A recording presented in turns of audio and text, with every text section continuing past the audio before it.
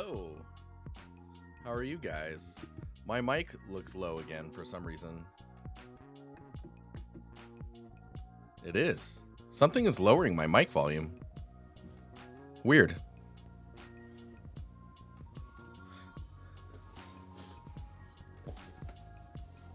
Oh man, how are you guys doing?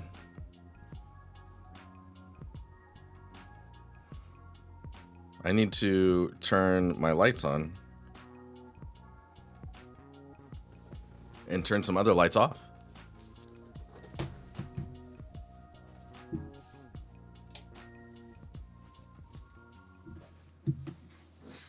All right. Hello, Jamie. What is up? Maximus Shokri with the first. Poodlestein, how you doing? Oh, dude, I need to get a haircut. It's getting kind of long. It's doing weird things now. It's like going in strange. It's like an explosion went off on my forehead. And just like, ah, caca, weird stuff.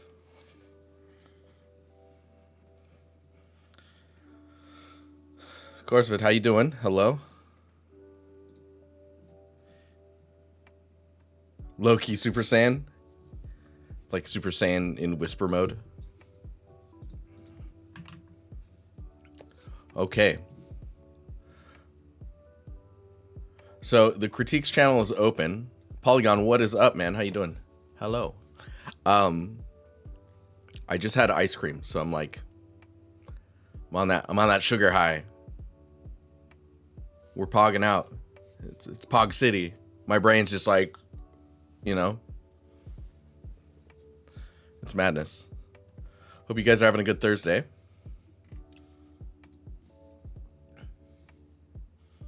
Oh yeah, maybe in the announcement I should link the channel.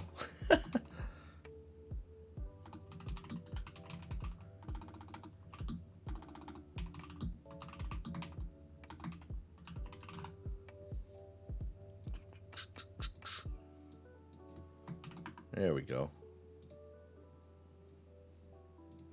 That'll help people. Sometimes you can't find it, you know what I'm saying? Oh, Polygon, no. I hope it doesn't get too serious for you. A lot of people these days are largely just need to rest. Could you figure out the vector? Was it work or, grocery store? Grocery store tends to be the highest vector over here. Work him. Dang. Well, I wish you a quick recovery and enjoy chilling in bed while you listen to me talk into your ears. Right. Let's jump into this, shall we? We've got one post. I don't know if you guys are even going to post anything. If you don't, I'm just going to start jumping into focus. We'll see. that Dynasty ASMR. Now you guys got me saying Dynasty. It's Dynasty, I think. Okay, I'm gonna open up the first one here. There's a couple images of it actually. So I'm gonna just open up all of the images. I really like how Discord displays the images now. They're kind of displayed in really cool. Oh, wait a minute. That's not how. I see what's happening here. I've been tricked. There we go. Okay. I'm going to change the music as well for myself.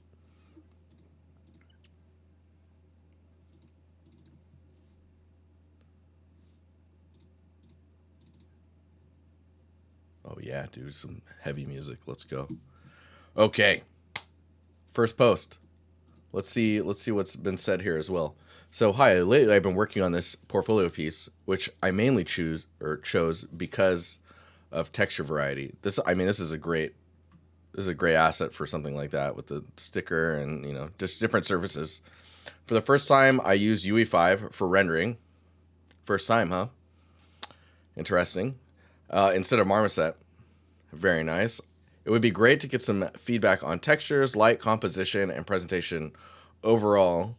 But any tips which could improve this prop are appreciated, since right now this is the phase of the piece where I would add some breakdown and upload to ArtStation. The last picture is the reference. Did I click that? Yeah, there we go. Okay. That's an interesting reference. Howdy, how you doing, Z? Cole, what's up, man? The lighting was looking pretty dope. Dude, you like that? Yeah, it's a good mustache. I'm trying. Thank you. So, here's our reference. I actually, in the reference, I really like all the exposed wire and all that stuff. And there's actually a lot of colors and different materials to play with. So I think, especially for an asset like this is the perfect asset for pushing a big W for the stash. Nice. So this asset I'm saying is like basically the perfect asset for material variation. You've got like plastics, metals, painted metals, like the paint's chipping away, exposing metal. You've got like the gross grunginess, stickers, exposed wires, telephone pole, which is like made of wood. You've got bolts bolted into wood. Let's take a look at what you added in here. So definitely when I look at this, there's a let me see if I go back and forth between this a little bit. So maybe I'll point out the things that I really like about it. So you've got the variety, you've got the age, the wear and tear, the roughness variation is on point. Oh, these are nice. Yeah, the GTA sticker is great. All the stickers are really nice. There's a PlayStation sticker on there as well. Let's see what else we got going on here. There's some like the material that's down here is really cool as well. This like cork board or like pressed wood. There's a keyboard as well. What? Hang on. Did I just not? Is that in the? It is in the reference. What the heck? And it's not a phone. My brain's just like, there's a phone in there. I swear it. Wow. Okay. Why did I think there was a phone? There's some cool buttons on the side as well. So, initial thoughts on this. It's really cool. Nice variety. Cool modeling. Like, it's not really calling out in any specific areas, going like, hey, I need more geometry. You know, everything's feeling good. The materials look nice. I think I've got a double there. Let's see what else we got going on here. Moshi moshi. Jesus Tasu.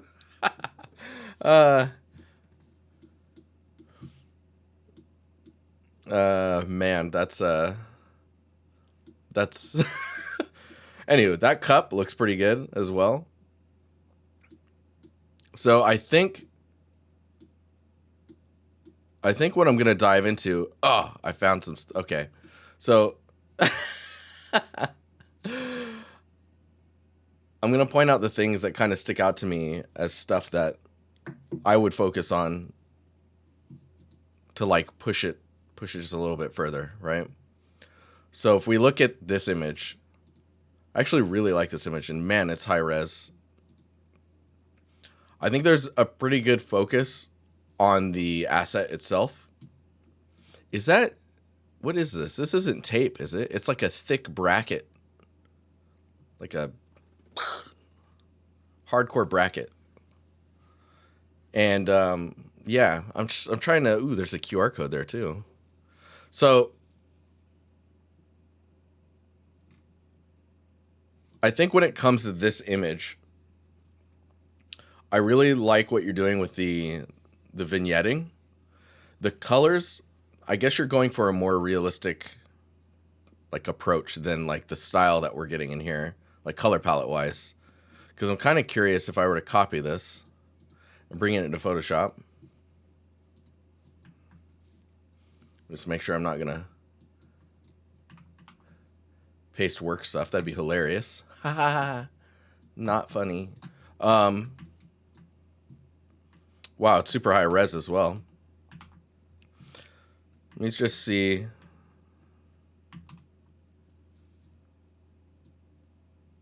So let's see what happens when you push the.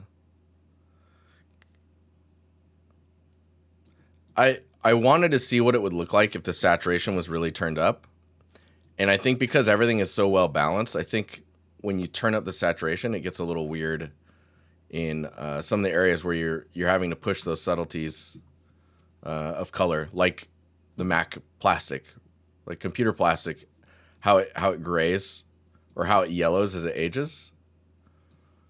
So if there was something you could do about that, maybe you could lower this down a little bit and then just push.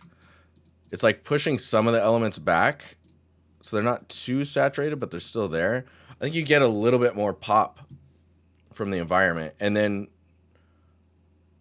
for sure in the background even, like maybe that's where we push the colors away. You know?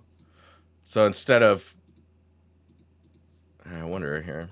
I'm pushing a background back through saturation. So that way you're getting it to pop itself out a bit more. Maybe the wasted sticker is a little strong as well.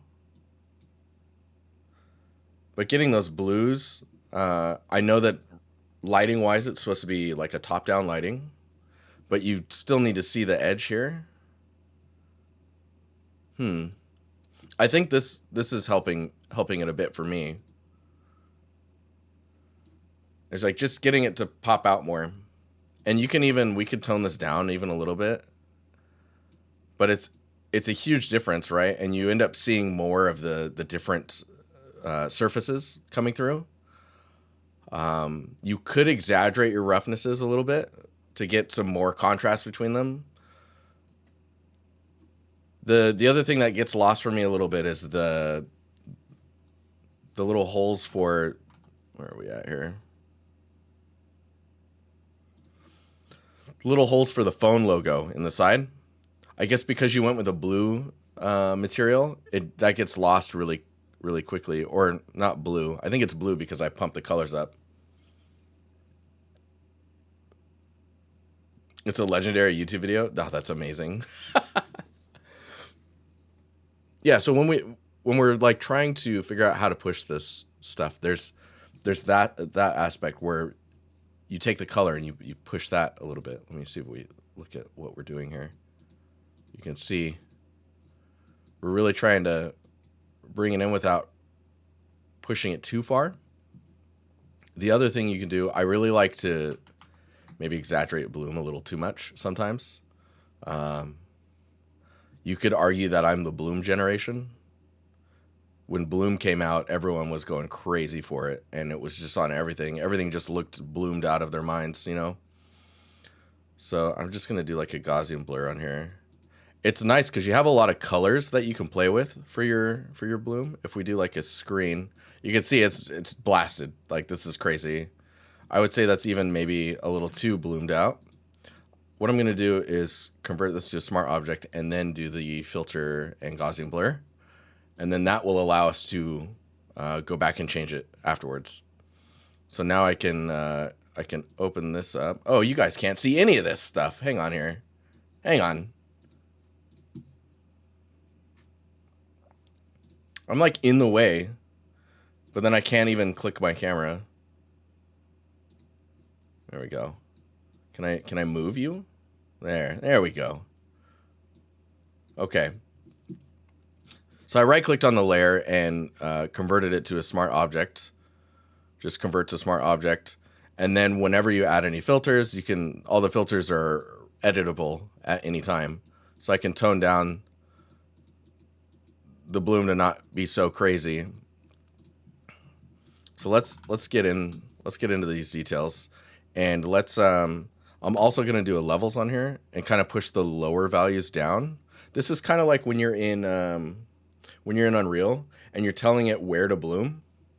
You can tell it to not bloom in the darker regions by just clipping the darker areas out. Of course, we're getting some some clipping and stuff going on here, but we're gonna ignore that. It's fine. It's fine. It's okay. And you can see it really blasts out here. But now that we have the levels in, we've got the Gaussian blur in, then what I usually do is just drop this down and turn it up. Actually, let's keep it blasted. I'm gonna put a mask on top of this as well, and then invert the mask, and then essentially just paint where I want the bloom to be. So we just want to hit the top of this maybe, and maybe lower the opacity of this, and really just like hit a little bit of those areas, just where you want to draw attention. Now we go in and we really tone it down. So if I group these and we just hide that, this is kind of what I'm looking at now. And you can see, because I'm doing it in post, there's a lot of this like weird color bleed that's happening. That's something to keep in mind. I think before the bloom happens, also you could copy this and paste it with all the layers collapsed down. That's why I turn the bloom off, bring this down here, and then do a filter,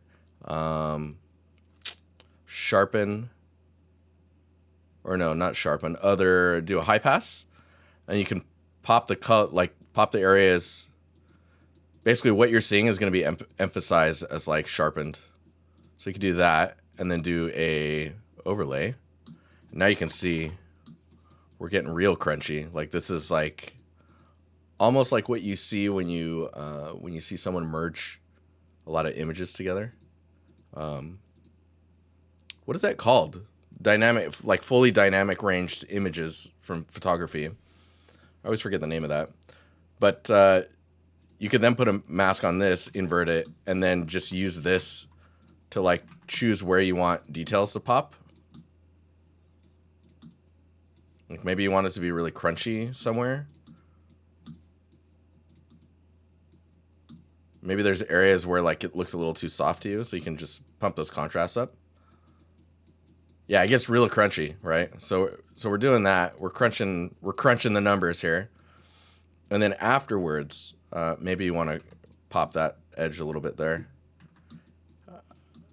Afterwards, what you would then do is the same thing. You tone this down to 0, and you turn it up till you feel like it's acceptable.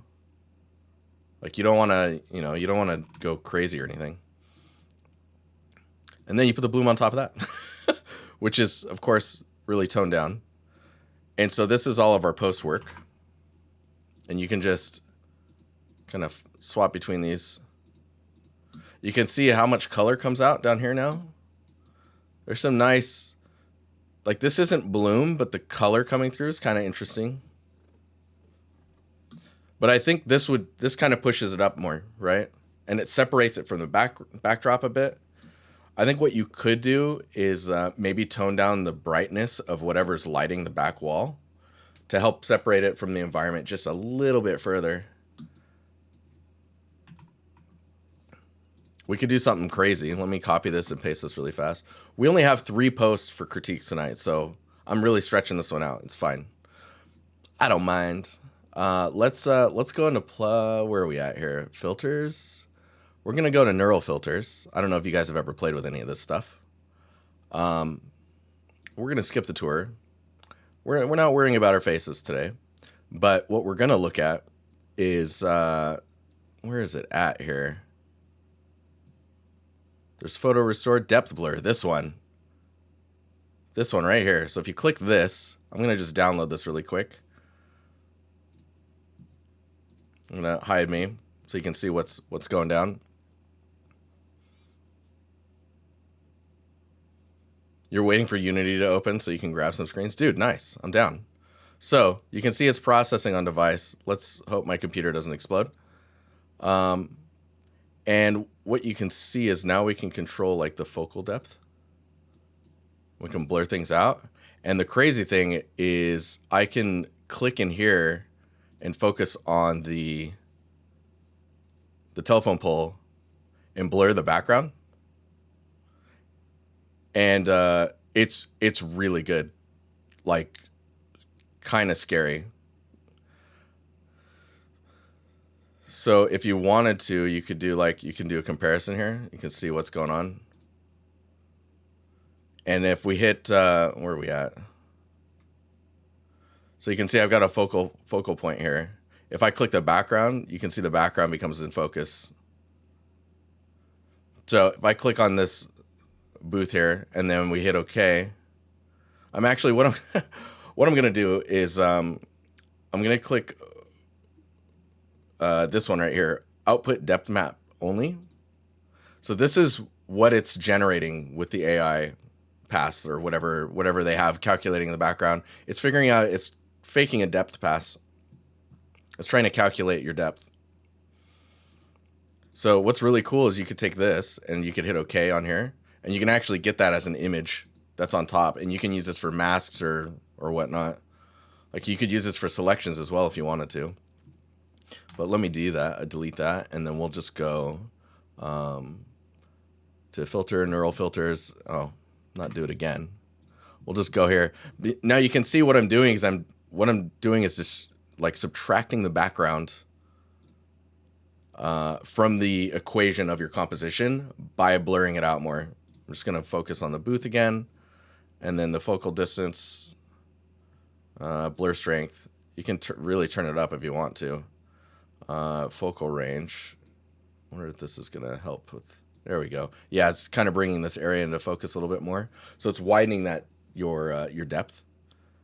And then you can output it as a new layer or a smart filter. Pretty nice. So we're going to hit OK on that. And wow, it's just as smart. That's crazy. You can see it's not perfect. It's blurring out this area a little bit when we turn it on and off. But it's doing some work, that's for sure. But yeah, I don't know if any of you guys have played with that tool at all. Someone at work showed me it a little while ago, and I was like, what? That's crazy.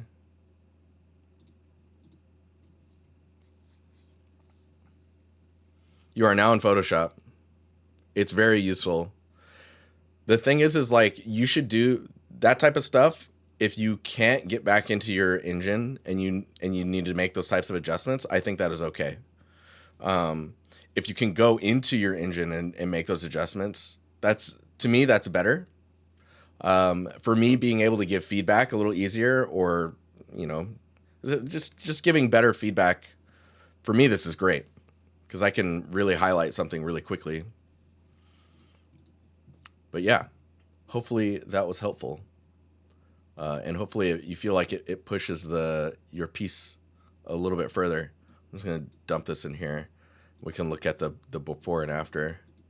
I mean, I like the information that's in the background, so this is probably blurred out just a little too far. Let me just man, that's insane that it just goes back. Maybe we just tone it down a little bit. So yeah, because I like being able to see the text and stuff. There's there's storytelling going on all around. The asset itself looks freaking great. I think I would like to see in your breakdowns, UVs, textures. I want to see your texture maps. I want to see how you're, what you're doing with your roughness, what you're doing with your metal maps, your metalness, or your metallic maps, depending on where you're at in your mind, But super cool. Show it all. Yes, please. Really nice stuff. And the resolution of your renders is sick. I'm digging it. There's a lot of character on here. All right. Dope. Hopefully it sounds like you guys learned a few things as well.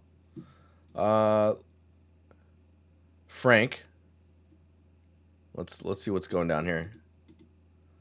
So I got back to my personal project and stopped procrastinating on making the couch. Dude, couches are not easy, man. Not easy. So yeah, I finally got myself to try and go into ZBrush, and this is how it turned out. Okay, we're gonna let's see what we're dealing with here. So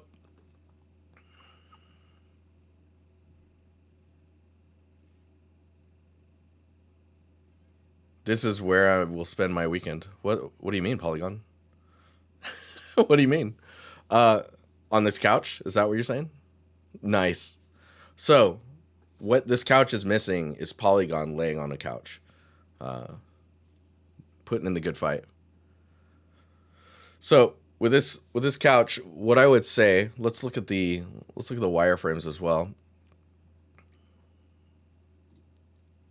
So don't be afraid to. I mean, it's feeling pretty good.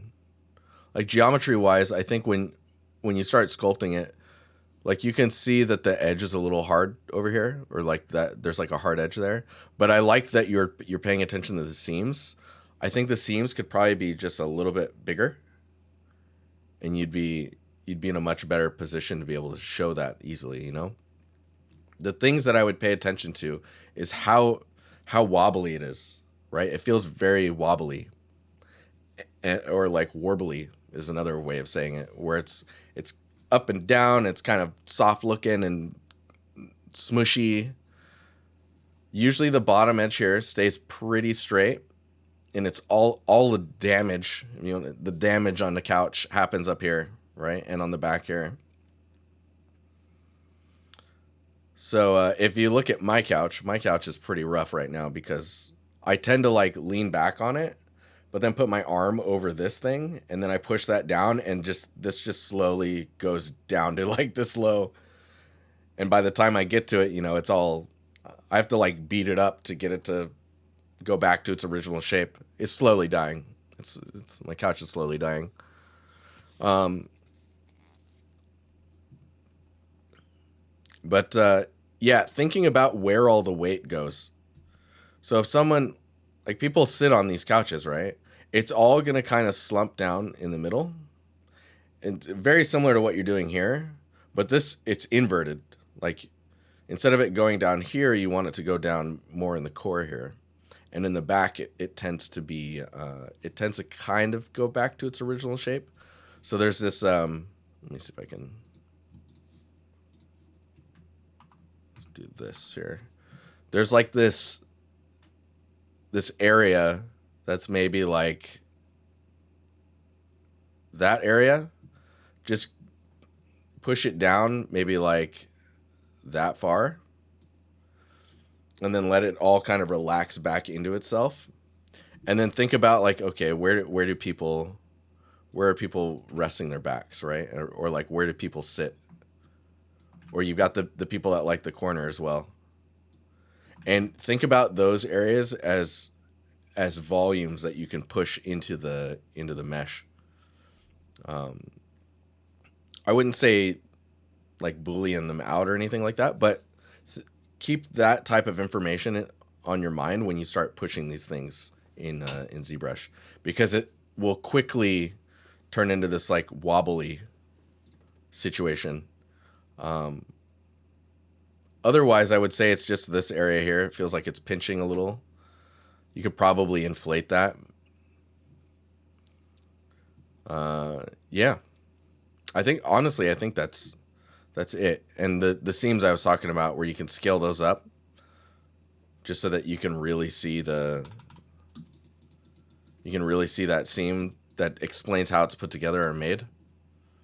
And watch out for these like lower poly feeling look. Like this can go relatively high poly.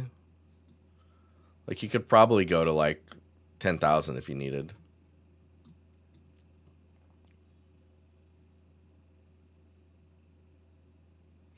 Oh no, Vaughn. I didn't know they were introducing self-publishing. That's hilarious. We have one other image though, and I think it's this one. Yeah, it's really pinching here. So just think about the information that's inside of them, and that'll really kind of answer like how a pillow will clump up, where all of the fluff on the inside rests, how it gets pushed around by the human body over time. Like, see how this is clump. This is more like snow behavior. $100 gets you in the door? Oh my gosh. Oh man. Crazy. Topology wise, if this is the low poly, you can probably remove more geometry. Like, think about loops of geo that don't help like maintain the shape.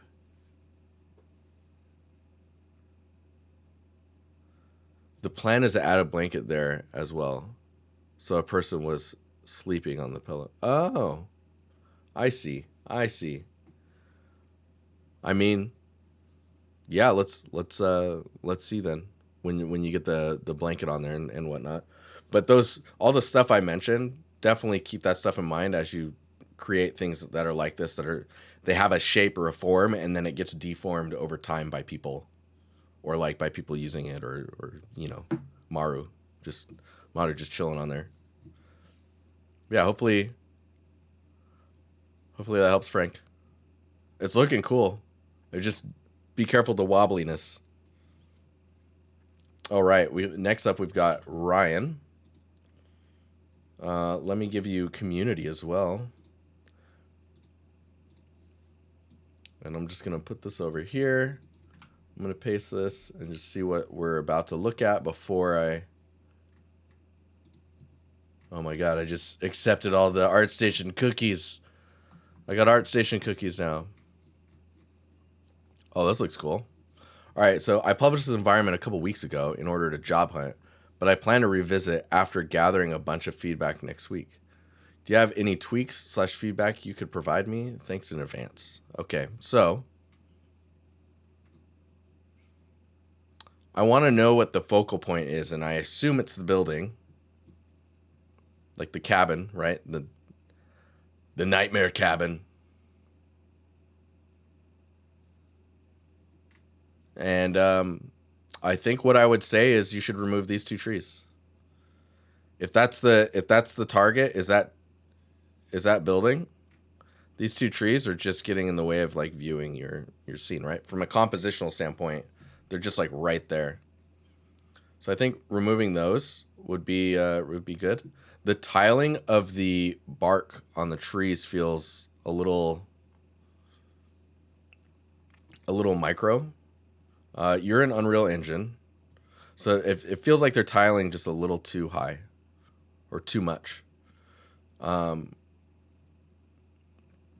Actually, what I would do is if you're using Nanite or anything like that, I would just do a displacement using like the height map of this material, if you have a height map of that, just to get you a little bit more like tooth on the edges of on the silhouettes of your trees. Let's see what else we got going on here. Oh yeah, see there's a path here too. I'm not even reading that path actually. So the pathway up, I like the kind of the S path. Using a lighter version of that material. Gabs, what's up? How you doing? Hello. Using a lighter version of that material for the ground to really emphasize like leading our eye up to the building is going to be extremely useful, I think. Some other stuff I would suggest doing is like there's a lot of things that are trying to be said in this image. So I'm going to just like I'm going to do it like this. So I like the wide camera angle, or like the wide camera format.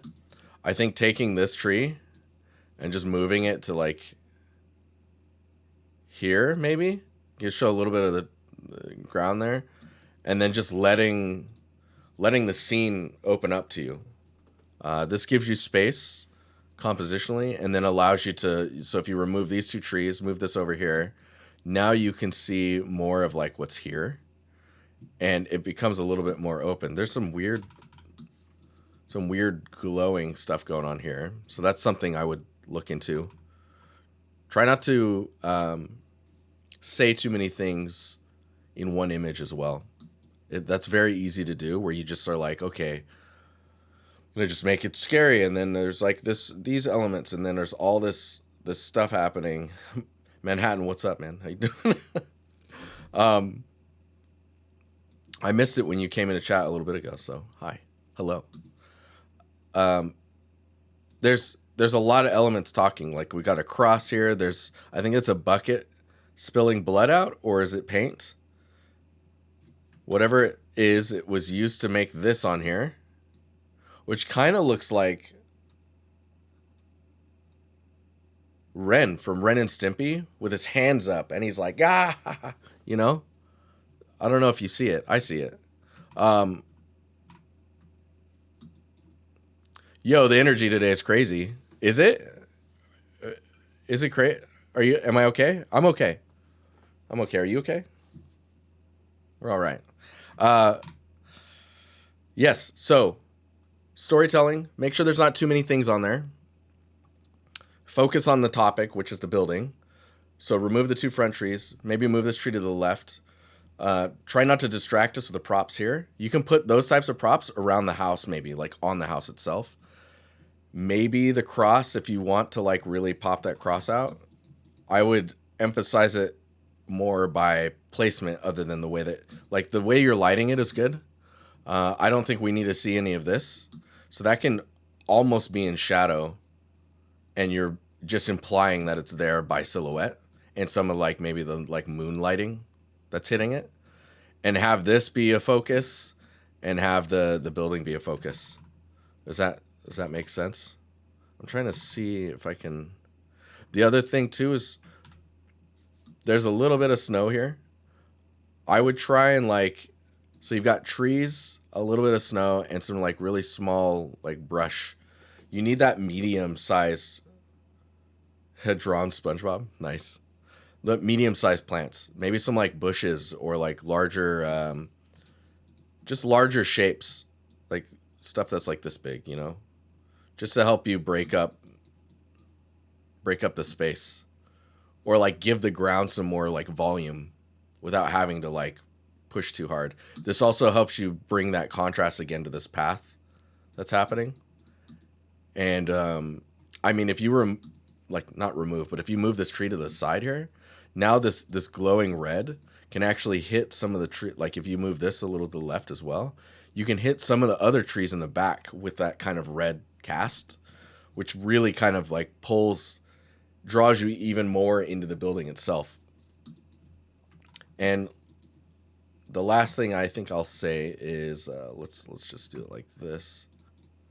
So the rooftop is not really or maybe not the rooftop itself, but the structure is not really popping right now.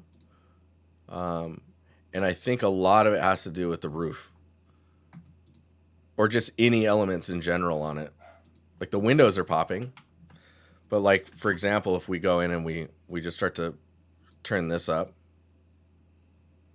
maybe something like that. I don't know, just to emphasize it. Getting the roof to come up in value or something would help, I think, a lot. Yeah, maybe like that. See, and you can do that with this one as well. You're just trying to understand the shapes and forms that are happening inside of the fog. I like the fog.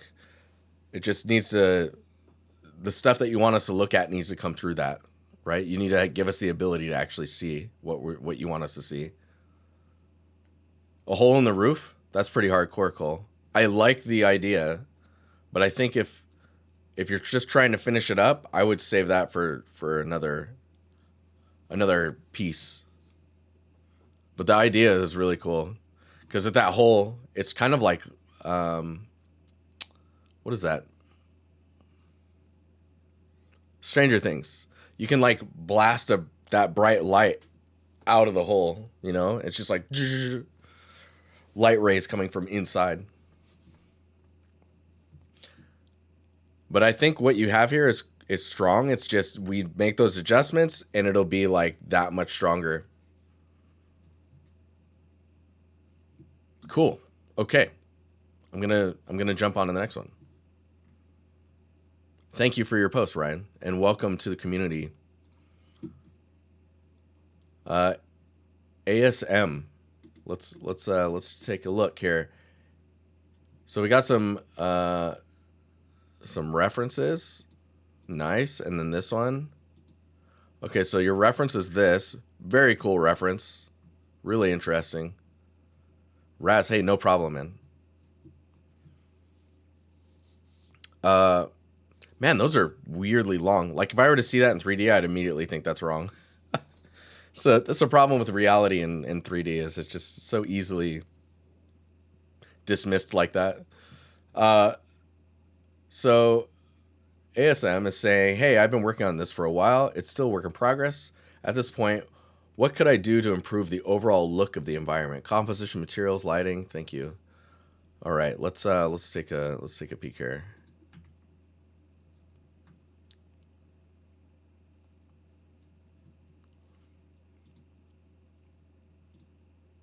So actually, these other two images, these ones, to me are already stronger just because there's a sense of, there's a nice temperature to these. Where with this one, I feel like it almost doesn't have a temperature. Like it's warm, but it's not too warm. Let's copy this image and see what we can gather. Oh, that's... What was my mouse doing? What was that? I think if I double tap control... Cool. Okay. This better be a bigger image. There we go. Nice little flashbang for you guys. So, generally speaking, this looks really cool already. This is looking really nice. We zoom in here. Yo, this detail here. Oh my god, come on. Just gonna put a layer on top here. We're gonna go with a green color for happiness and sunshine. So really liking this detail here, and even in general, like this whole thing. I like what you're doing with the information that's here, like just the blending, the edge. I don't know if you're doing that with vertex paint or if those are like floating decals, like mesh decals. I like the variety of having some of these open like outwards from under, and then the ones that open like this way. The attention to detail on the sides here, like really like leaning into the silhouette being broken up and having interest, not just, you know, simple geometry or textures.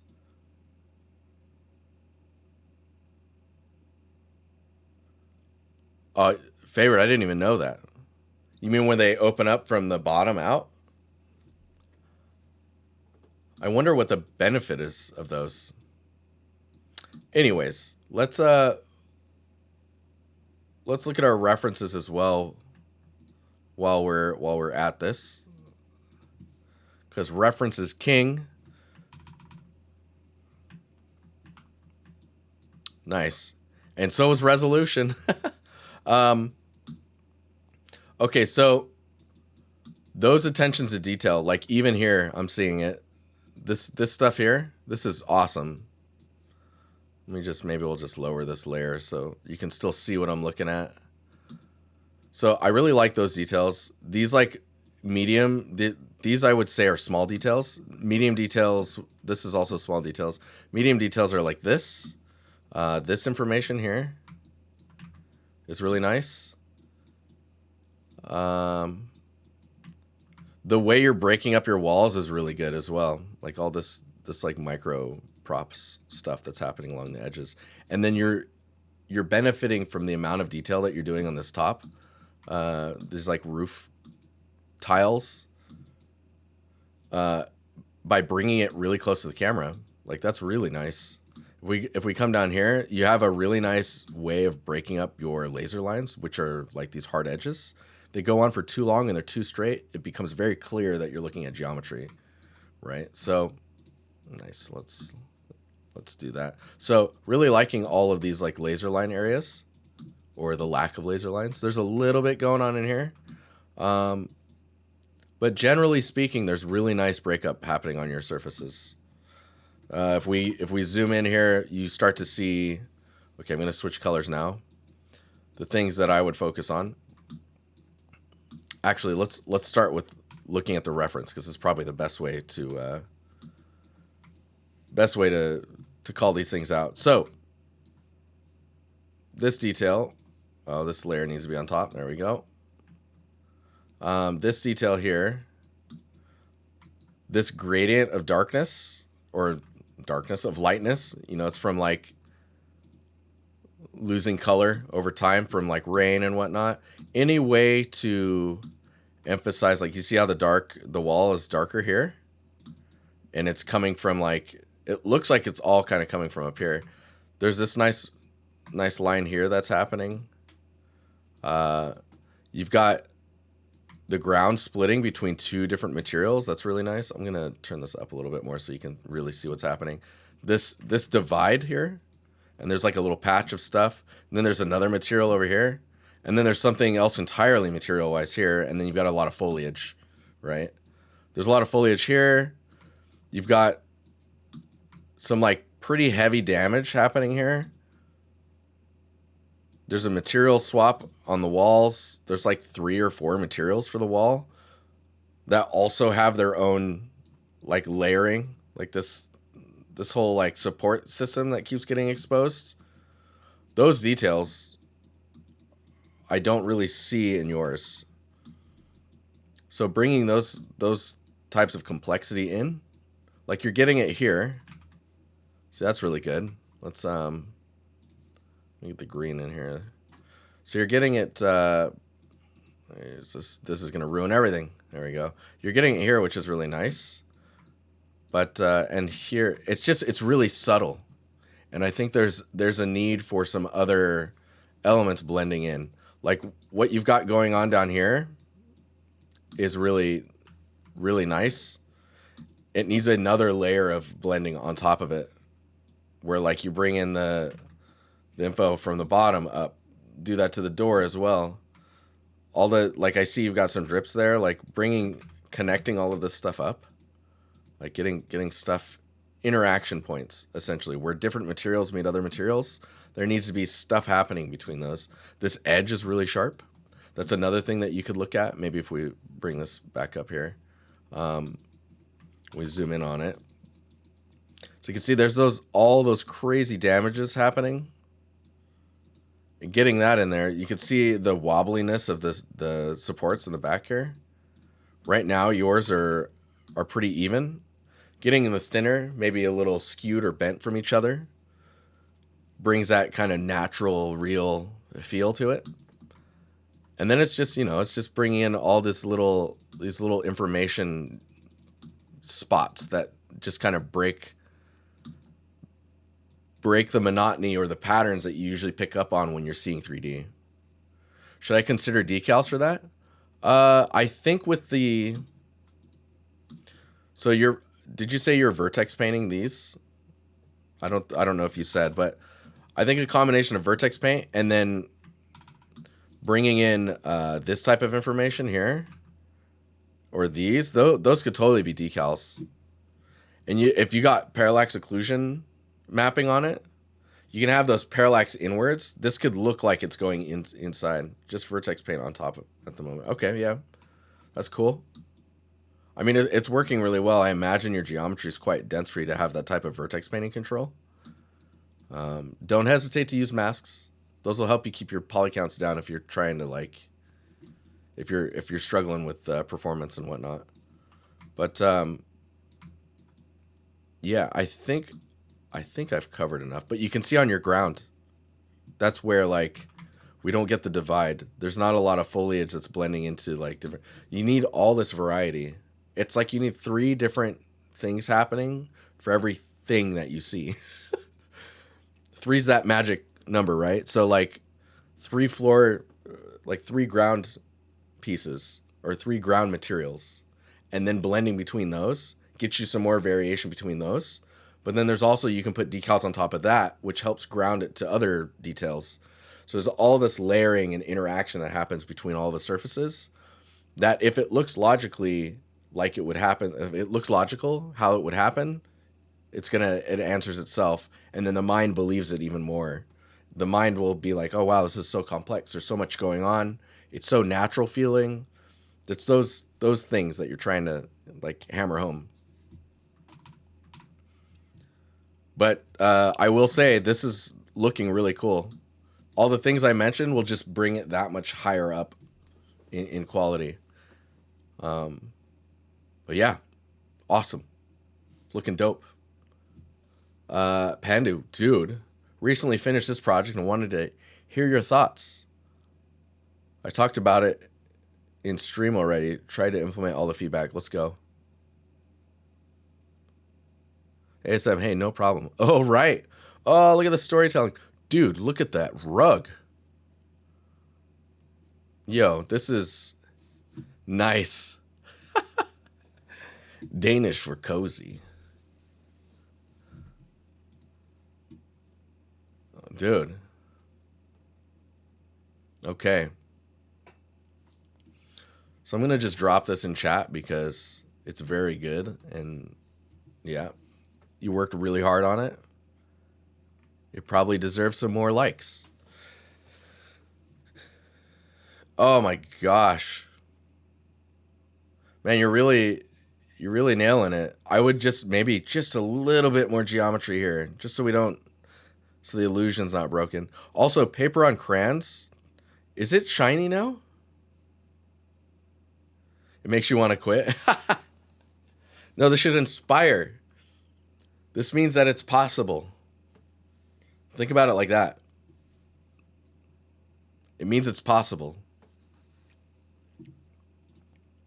So, oh man. Yeah, the amount of time you did on these individual assets is kind of crazy. So the mug is also a little low poly. What I would say is this is a bit of the struggle, right? So when you look at this scene overall, it looks really good. Really good. How do people make... That's... wood is not easy at first. Hi. I'm high poly. But when you zoom in, and now you're using all of these assets together, this is when stuff gets a little weird, right? So like, is that a cord? Is that a cable? It looks like it. Yeah, it's the wound up cable for the plug-in. So look at the size of that cable, and then look at the size of this cable, or the size of these, or the size of screws. It's like you need something. You need some, like you, for assets like these, I feel like you need a hand model that you can place everywhere, a character, and something like a hammer and a screwdriver that you can just put next to things that you know those props, those scaled props, are of the right scale to each other, so that way you can get this parity between everything. Because this is the thing that I would poke on, which is it's a very particular thing. Like these feel extremely small to me, but at the same time, look how well executed it is. If this thing is on its own, it's like A plus plus. But this shouldn't discount the quality of your overall scene. These are just the things that I would like to highlight. That way you can push it further the next time around. Not for this scene, of course. Move on and enjoy something new because you've earned it, right? Yeah, man, this is dope. This drip, not gonna lie, I know that alpha is the same alpha as this one. I can feel it. I can feel it in my soul.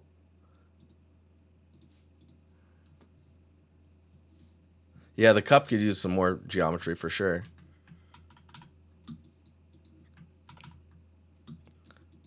You know what made me see it? So the two lines and then this spot here. That's why. I don't know. I'm going to lose my mind one day probably. Oh, this is great. Man, I love how you're using wood grain in different directions to explain like how they're separate pieces.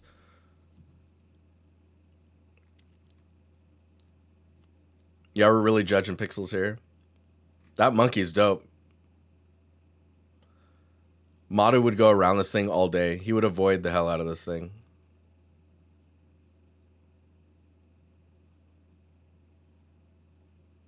Yeah, I would submit this for the rookie awards for sure. So the other thing is the crayons feel a little short. I don't know if maybe they've changed. I haven't held crayons in forever. But the crayons feel a little short, and the paper around them usually isn't very reflective, but maybe it is nowadays. I'm not sure. Man, this all looks very good. The next thing I would probably point out is see the little the wear and tear around the corners. It's very evenly spaced. Maybe that's because, let me see. It might be the way that it was rolled on. Like if it was snipped there and then wrapped around and glued down around each thing, that's how it would kind of unfold. So maybe that's why. Looks really good though. Dude, look at that handle. The detail, dude. I'm about to get upset here. Let's see. We're going to see if I get upset. I'm not mad. I might just be disappointed, but maybe not. Turnarounds look good. These look really good. Mm-hmm. Ooh, dude, look at the, oh my gosh. These materials are great. Remember to think about the scale of damage as well. Nice scene. Okay. I'm not mad. I'm just disappointed. So I want to see your wireframes and your textures. I have to see. They have to go in here. Like you could, if it was just one prop, one of your like the TV or the record player, just give us wireframes and textures so that we can understand how you're thinking. Because this is clearly like quality. I just want to see how your UVs look. I want to know that you're treating your textures in a way where, like, oh, this was a smart way of approaching it. It wasn't brute forced. You know what I mean? Like I'm imagining this is really high res textures, like all over the place. So those types of details, that's what we want to know. Man, that's this is really nice though. This turned out great. And the material variation. Oh. Dude, look at this. Look at that attention detail. These antennas. This one's kind of bent, but then it's also coming out more. Like it wasn't all pressed up nicely. My UVs are probably not the greatest. Nice. No AK, pinky promise. Oh, this is, man, so cool. I mean, when I look at stuff like this, I'd be impressed if it's below 10, like 1024. Or if it was 1024. If it was below 2K, that'd be crazy to me. But yeah, employers will want to see how you did it. They want to see how you think. They want to see your understanding of PBR. But very good piece. You should be extremely proud of this. And I love this text. Looks great. Looks great. Man. That is so good. I want to grab the, hang on, where is it at? I want to grab this picture. I just want to bring it to Photoshop really fast. And I want to run that neural thing on it. I want to see how well it understands depth on this thing.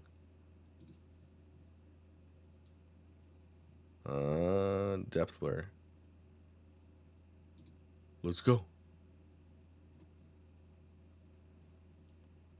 That's kind of crazy. Depth only. Wow. Okay.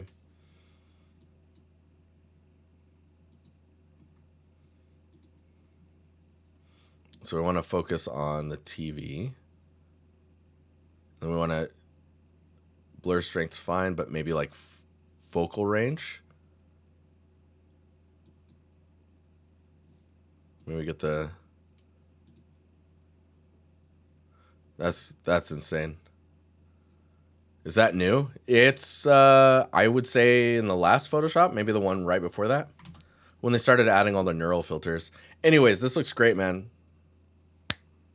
Very good job. Be extremely proud.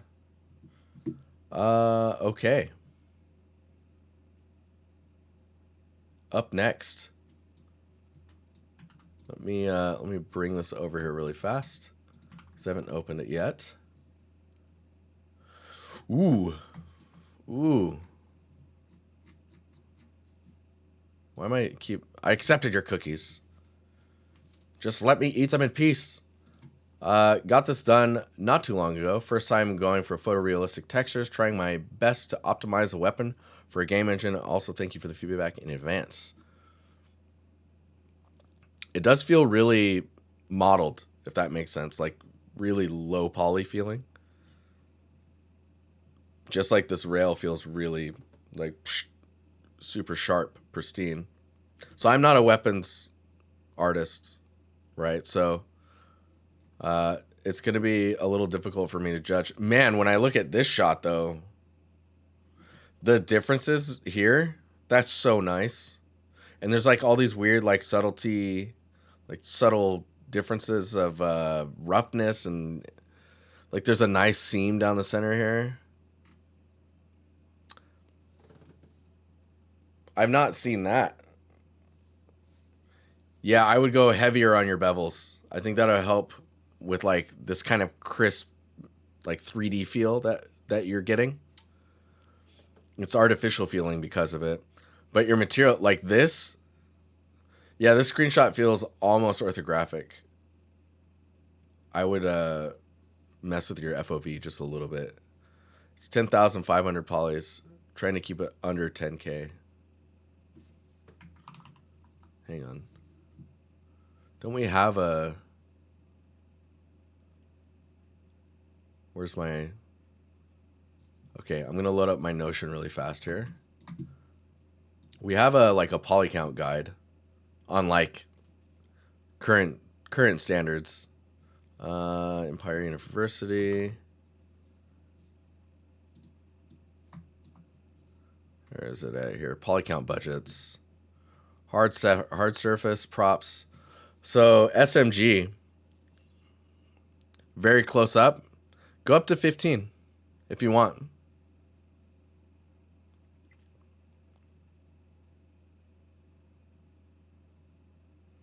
But like modern machine gun, look at that, 35, 40.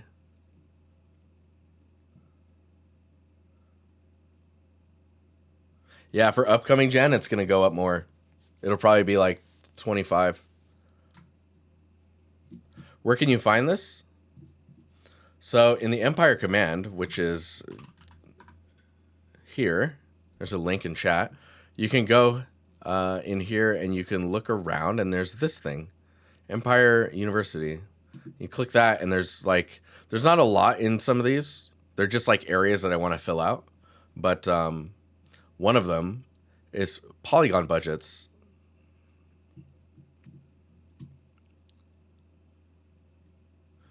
But yeah, there's some nice stuff in here. I plan to expand on it more in the future. I just need time. I need to find some time. But yes. So the thing I really liked is actually this presentation. This thing is freaking... That is cool. I think maybe they could go further back in distance so that they're not so... I mean, maybe it's your FOV is really tight, but if you push that back, you can just like blur that stuff out a little bit, right? And it kind of gives depth and difference as it goes around. Really interesting way to present. I've actually not seen that before. You know, I would say that when you see how they do like James Bond intros, and they're like spinning like objects around or like weapons flying through the air, and it's all like really pretty and cool looking. I would totally rip those types of like formats or like the way they're framing stuff for weapons. I think that would be really cool.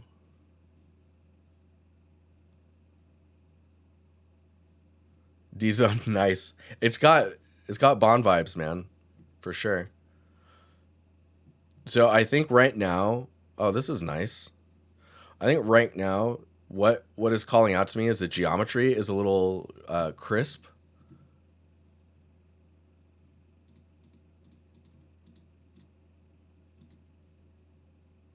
What is? Oh, thanks, Curious.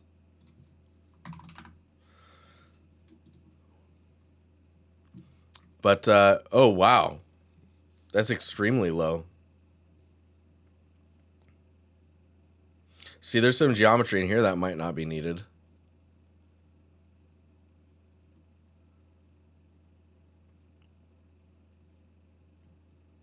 But that's actually is quite impressive, considering like how low you got it. Yeah, and I feel like I totally agree with chat when I say that the bevels, like just softening out a lot of those details would really help. Really, really help. Let's see here. Man, look at all this. Yeah, see, I feel like in your materials, the thing that's probably the weakest is your roughness. There's not a lot of stuff happening in there that explains what's happened to the surface or what type of surface it is. But there's some things where you're like, dang, that look like this. This looks pretty nice. Like the surface information feels really nice. And I think it's the environment that's reflecting on it is really like making it shine.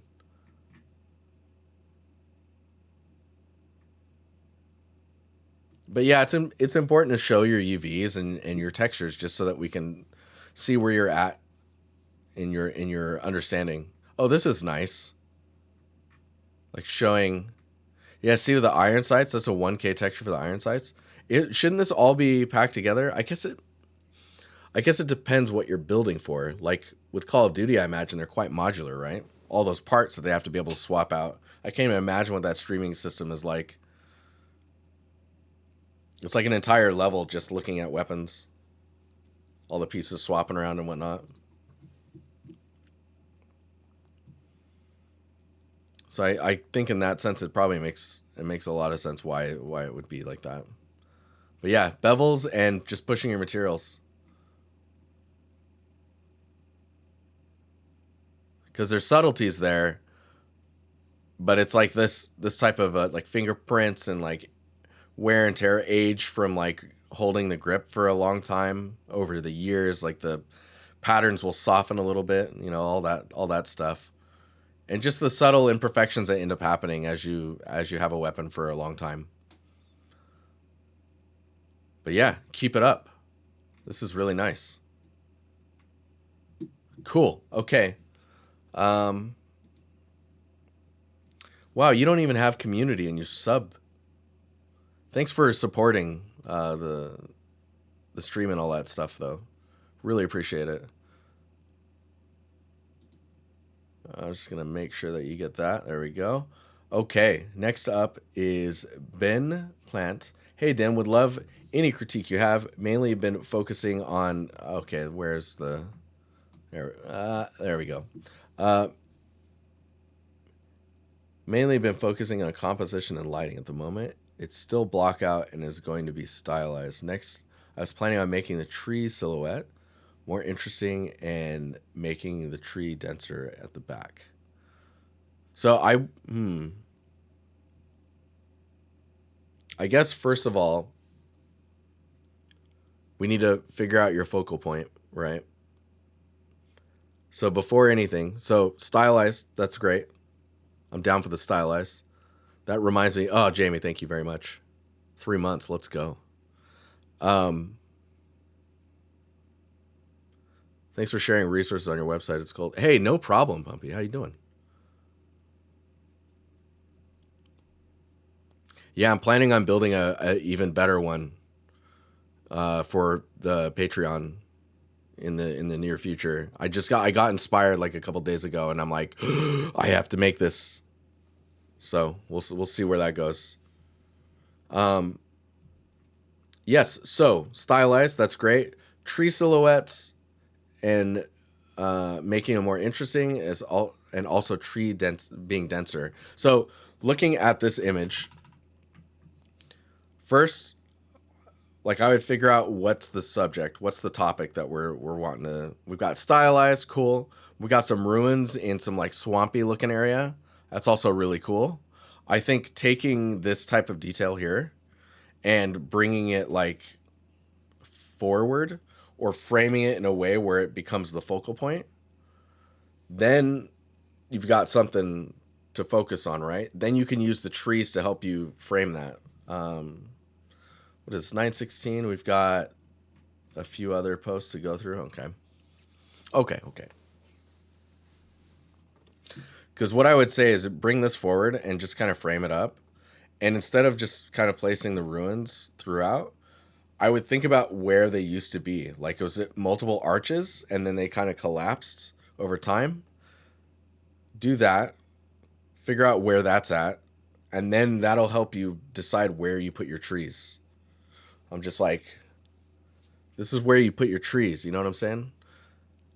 And then I think your trees, when it comes to density, when you're saying stylized, are you keeping the trees cards like this? Is that the idea? Because right now you've got what I'm seeing, unless this continues up, what I'm seeing is a tree trunk and then a clump of leaves. Even if stylized, the leaves will be more realistic. Okay. Even if stylized,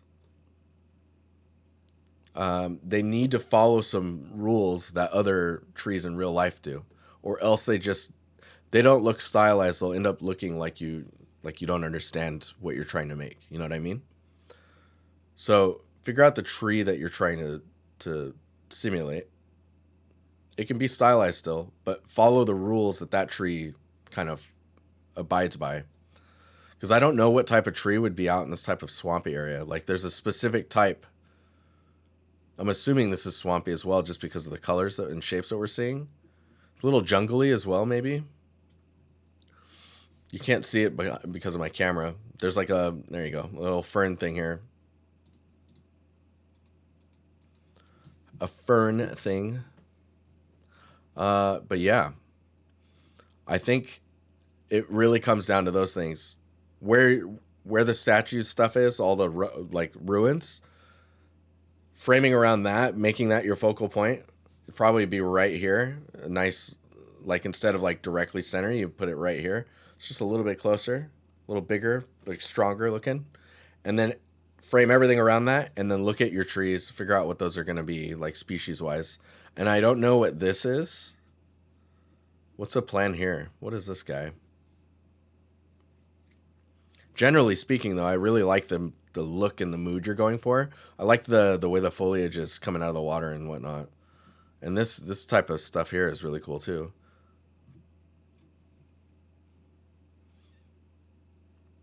I'll wait for the response.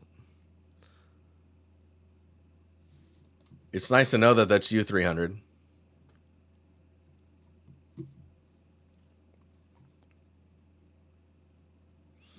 Because I'm not sure what that is. Anyways, I think I'm going to move on. That way I make sure I hit all of you guys. But 300, if you have more questions, just in your next critique on just the critiques channel, just at me on there. Everyone's welcome to at me when they're doing a post, and I'll get to you when I get to you. Okay, Axel. I'm not going to lie.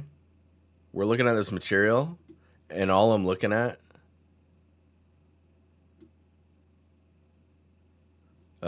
is this situation here. This is terrifying. I don't know. I don't know what you're playing with, man, but that's kind of freaky, bro. Do you have a link to the document you had that said the different stages to post feedback? I think I posted it on Patreon.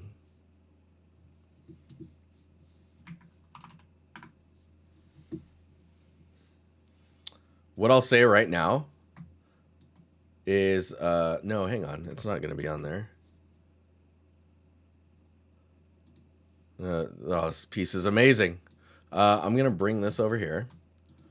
I'm going to get it for you, and this is the last time I'm going to show it on the stream.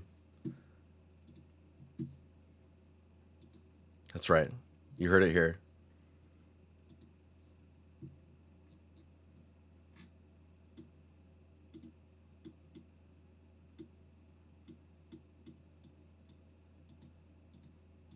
Okay. I'm copying it. And then where am I pasting this thing? I'm going to paste it in here. There we go.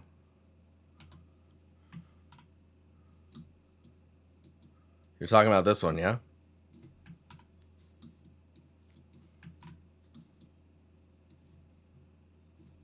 You can, I'll sit here and use screenshot.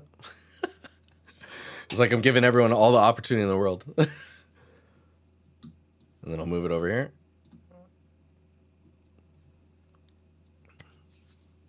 It's in the stream VODs as well.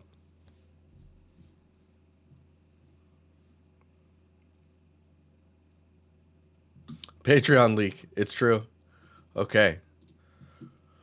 Cool. So, back to this material. And let me see where the texture seam don't quite line up in the screenshot because of some wonky displacement. But here's some floor texture I've been working on. Got into Designer about a week ago. Excuse me. Yawnage. Got into Designer about a week ago, looking for some tips to improve. Love my streamer. What's up, Glenn? How you doing?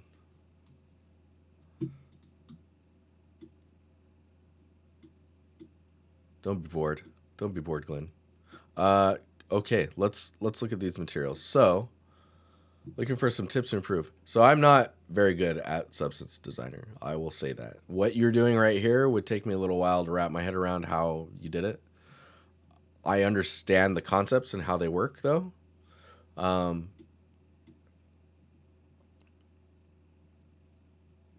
Let's see here. So what I would say, I like the information that you have going on where the tiles used to be. How tiles break, I'd pay attention to that.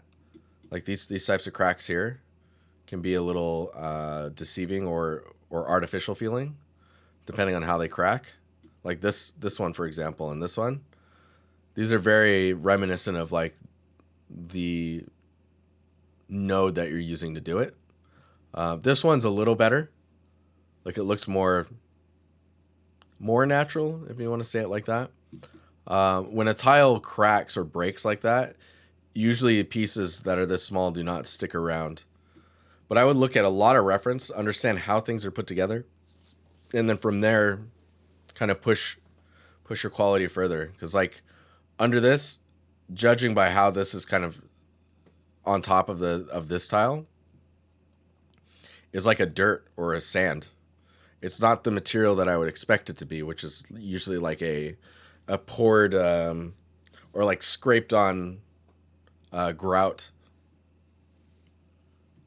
that the tiles stick to, right? There's usually a pattern that's scraped in as well so that it better adheres. Nice, Glenn. I'm down. Lurk away, my friend. Yeah, so looking at that information, there's also like it's really soft feeling. It kind of feels a little bit like stylized bread. I don't mean that in a rude way, but there's bread attributes to it. Maybe I just want bread. Maybe that's what's going on. Oh man, Shokri, dude, get those pictures, man. Get those pictures. But understanding your surfaces and how they're constructed and how they break down will help you answer this stuff. The other thing is to look at how their roughness attributes are for like what this surface is and what this surface is.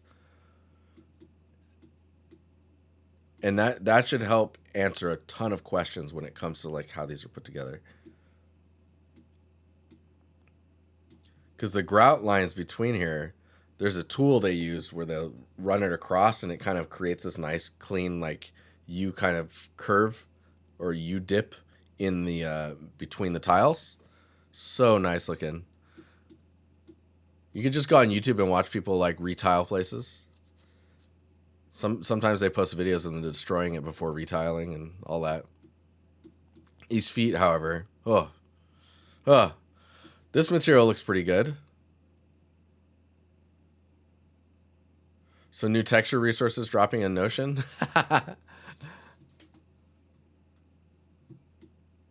Yeah, it's basically you just want to look and understand.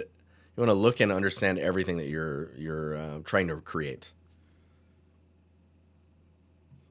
So, for example, this material feels a little too reflective to me. Like the roughness is off. But it might be the fact that there's not the detail normal in there, because detail normals also change the kind of profile of like how the roughness is perceived, right?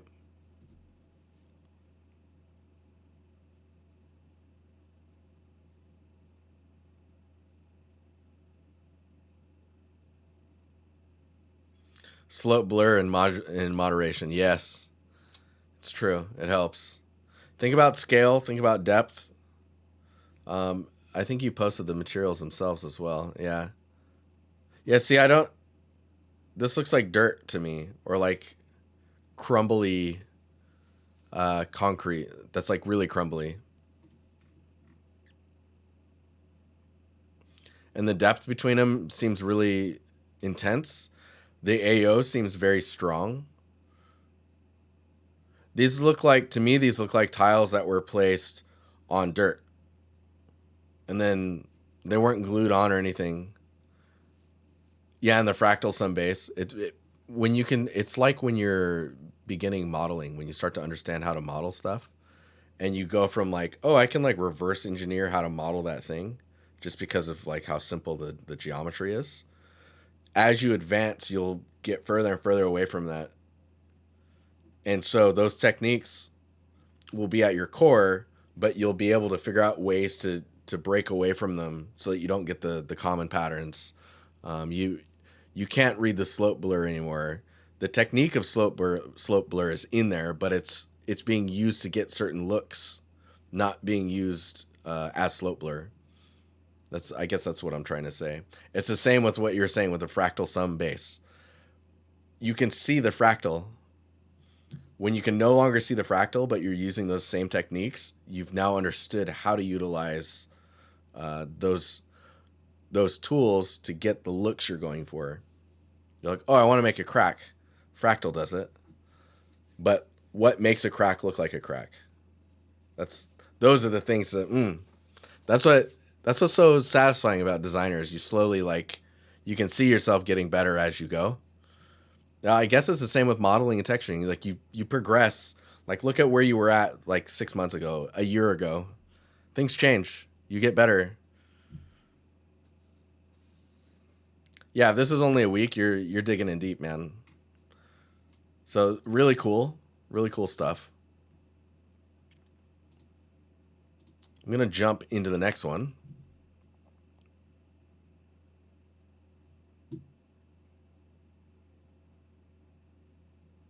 Nice, Poodlestein.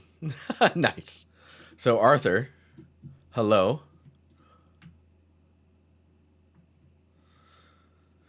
Whoa, this is like the same scene we were looking at earlier, but not a swamp. Right? It has a very similar vibe going on. So I'm gonna go to original zoom. And what I'm gonna point out is just kind of so there's some core compositional rules that looks like you're trying to stick to, which is really good. Then there's some elements that are fighting those compositional practices that you're trying to put in. So let's copy this. First of all, thank you for submitting your piece. It looks like you recently joined the server. You joined March 9th, aka today. So welcome to the Empire. Welcome to our Discord critiques, and I hope you get something out of this. So we look at this compositionally. I can see there's some thoughts going in. Like for example, if we grab like this frame for example, and I click. Why am I not getting the? Do I need to use this one? There we go. I like to use this to get the grid easily. So compositionally from this frame, this is quite nice. You've got this tree on the line here. You got this one going diagonally through the center.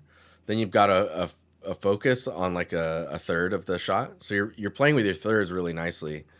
If we go and grab this shot, again,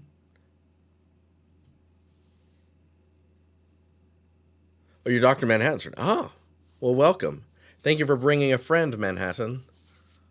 So, this is in a nice spot. When you look at like how this is, I don't know if this is coming through. On my stream, it looks like it's like maybe you can't even see the grid. Anyways, so this is in a nice spot. This is on a nice third. You've got your terrain is on a nice third as well. This is on a third. This one feels strange, and I'll explain. Grid's clear? All right, cool. This part feels strange to me, and I'll explain why here in a second. I just want to kind of break down a little bit more of the scene.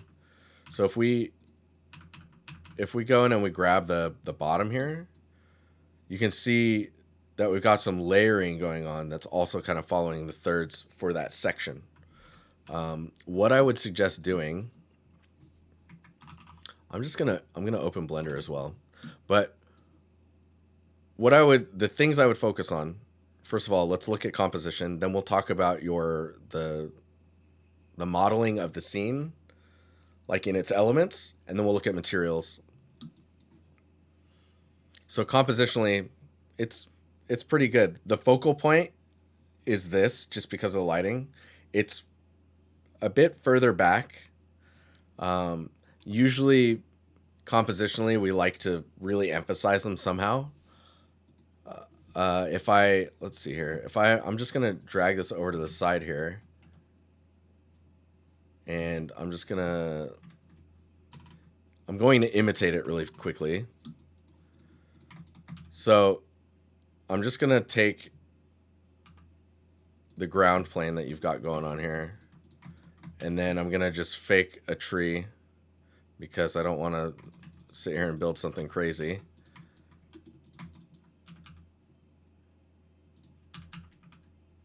So let's say this is your tree that's on the side. Oh, maybe I should just do this. Is this gonna work? Nice. Okay, hang on here.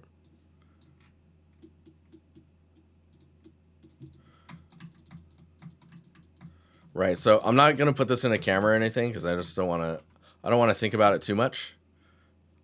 I'm just gonna put the tree here, and then I'm gonna put another one right here because it looks like there's another one really close to it. And then you've got a tree over here, and then there's like a piece sticking through it like this, right? And then you have your pathway that goes to a pillar type of formation. I'm just gonna do this. What? Individual origins, there we go. Let's bring this over here. Very tall, my God. Let's just do that. Bring this down here. Cube, sure.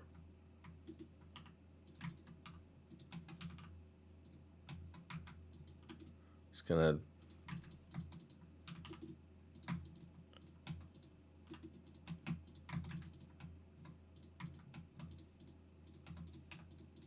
I'm like, how am I doing this?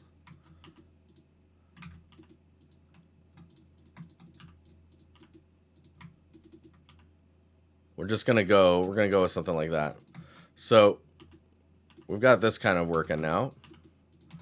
I'm just gonna join all these. And we'll just move it into a spot, maybe somewhere around there. Now, you've got this layering with rocks, right? And that's the thing, this is the reason I wanted to come in here and like just make it in 3D really quickly. Because I just want to emphasize how much you can use that layering. It's all Megascans. That's fine.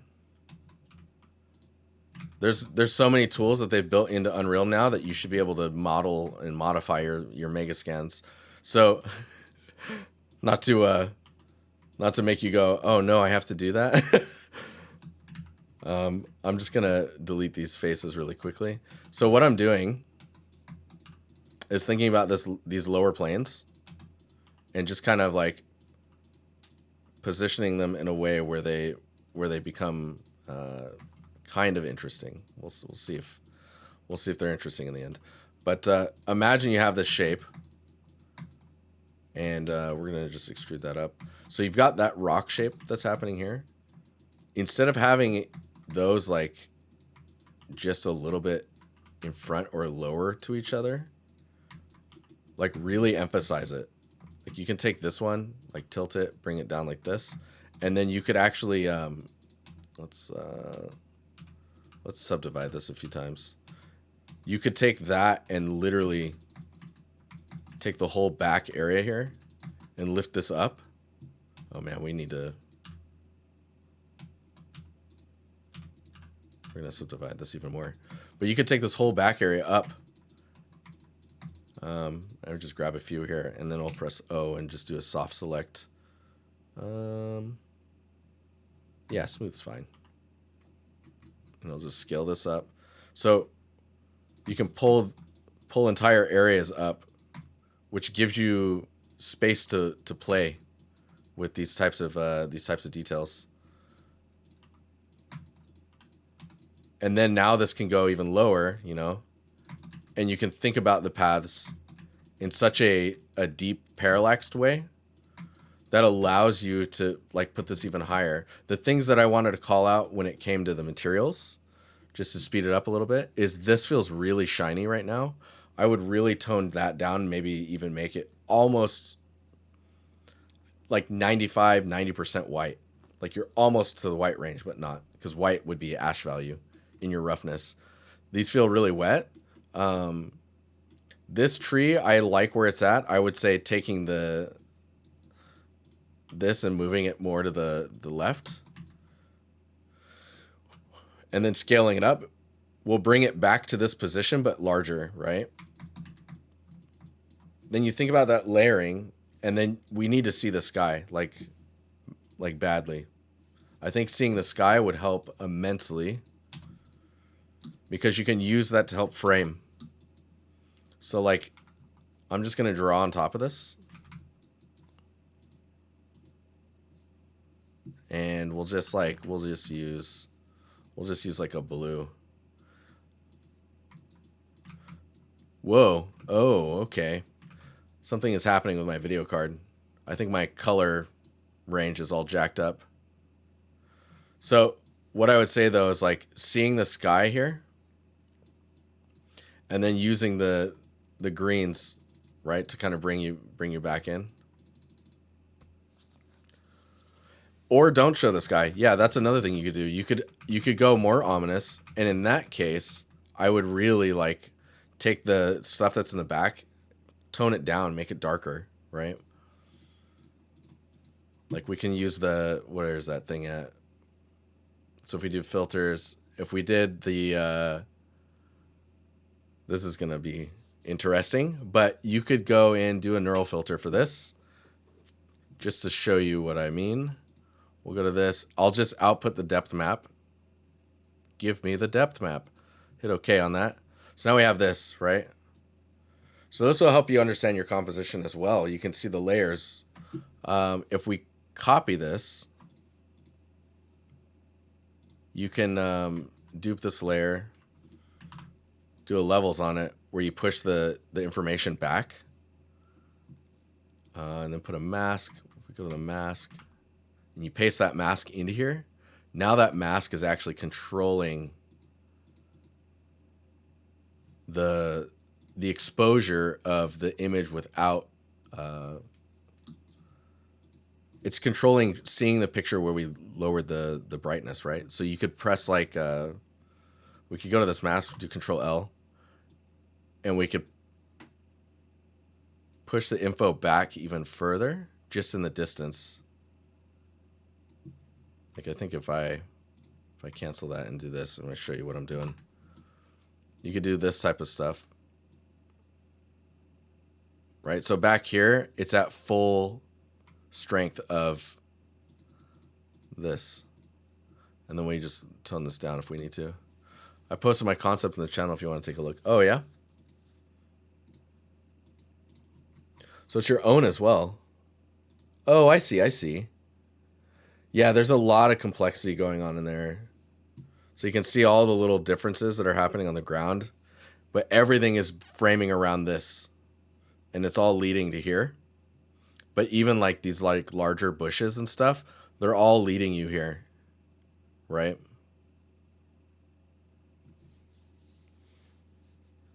Yeah, it's from the forest. Of course it's from the forest. Terrifying. But remember to match your stone colors. Like this stone and this stone, like this should have come from the same area, right? So there should be some parity between the colors. Okay, I'm going to close. I'm going to...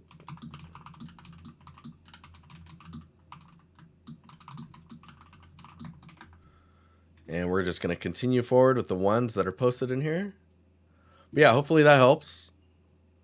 Arthur, welcome to the server. I hope you continue to enjoy your time here. And yeah, cheers, man. Okay, Jamie is up next. Modular pillar kit. One of my first few times sculpting in ZBrush.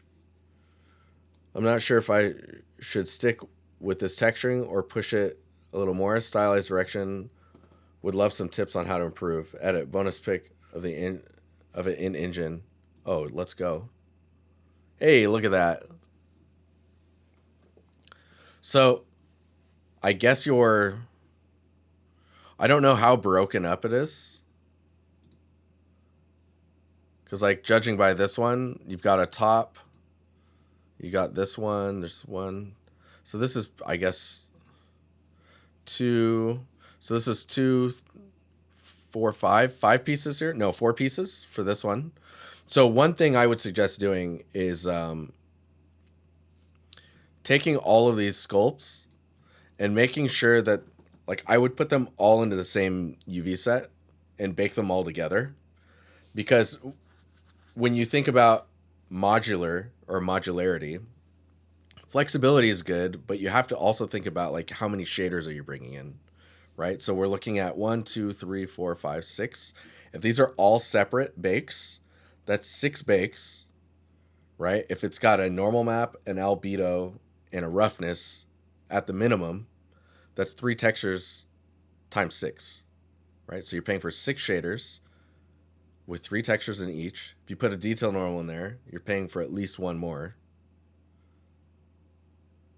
You're thinking tech debt. Oh yeah, totally.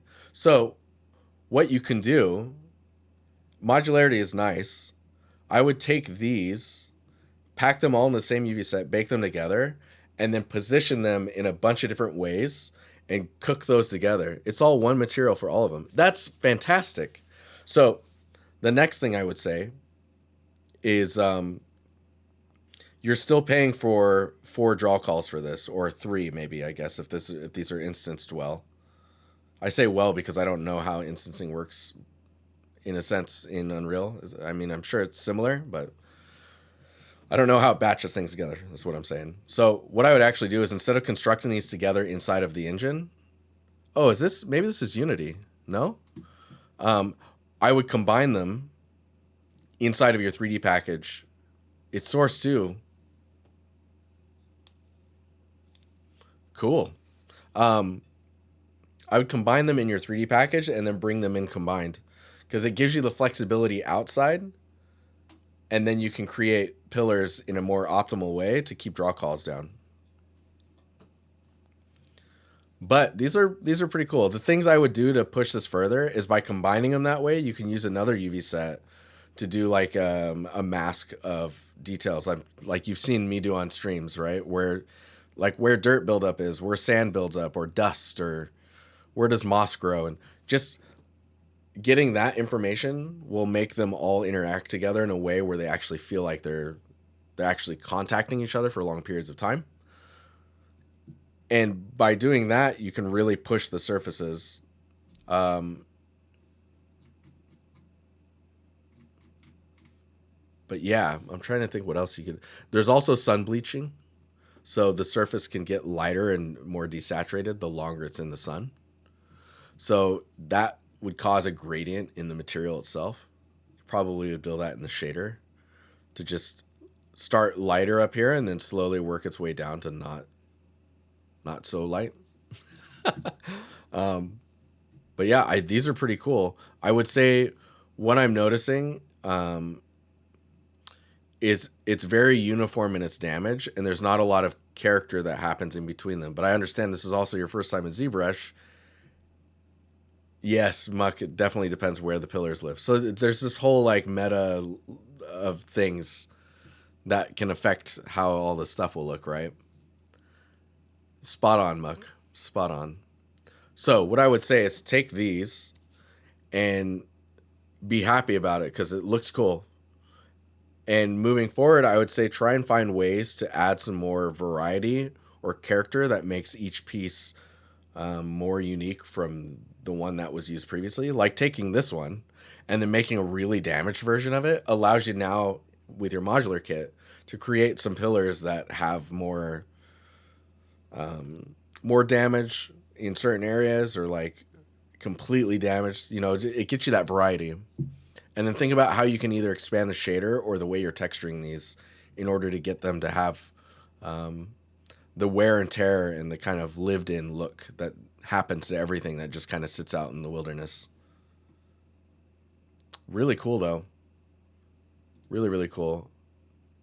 I feel like you've been watching my streams, maybe. All right, Zucker. Look at this. We got a character for scale. I like it. I've been working on the scene lately, and I just wonder what I could improve at this stage. So I don't know what stage you're. I'm assuming you're at the blockout stage, where you're starting, or at the end of the blockout stage, and are like starting to texture things. I would say continue texturing things. Compositionally, it looks pretty interesting. Maybe you don't need to see this much information on the side here. Like if let me just copy this. So you could cut out that. And do you see what happens by doing that? Even if we cut out a little bit of the floor as well, you can keep the kind of wide angle. By cutting out that detail on the side here, now you've made this area sit on this line and this area sit on this line. Whereas like before, this was almost centered, which feels a little strange. But like by cutting out the stuff that we don't need to see, now you've put it on a third. You've got your cliffs area on a third. These are all already on a third, so that's really nice. You could maybe look up just a little bit more.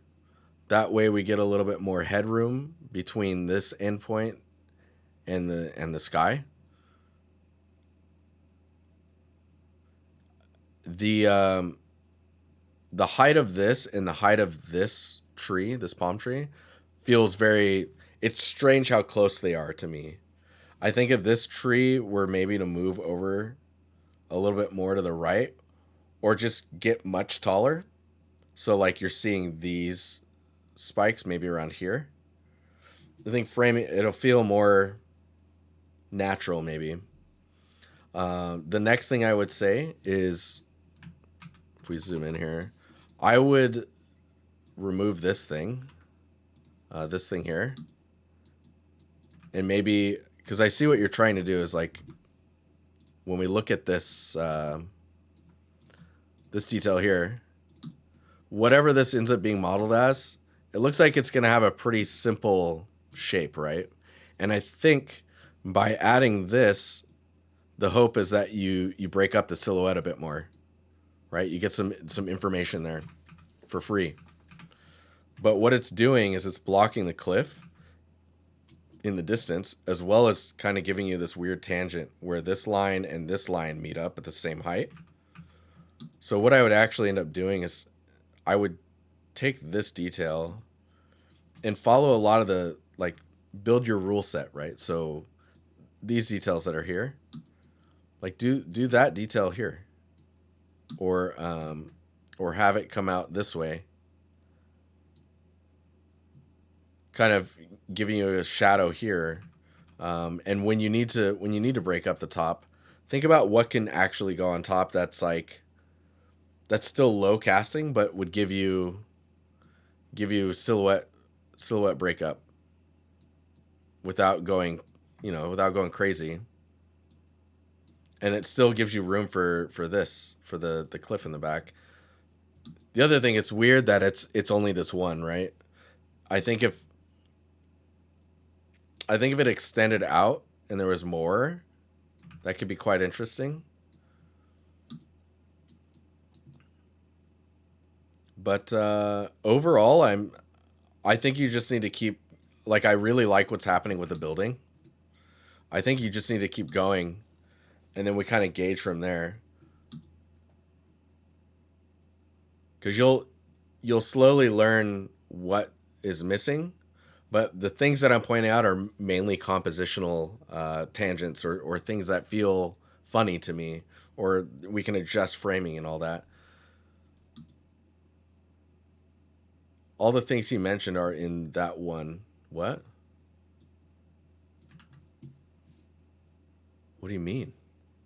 I'm curious now. Hang on here.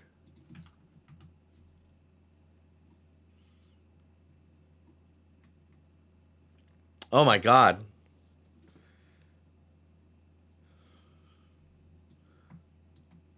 Why? Dude, all the cookies. Let's go. So there's no tangent here. This is okay as long as, like, man, there's a lot going on here. It's very busy. There's some nice elements in here. It's very detailed.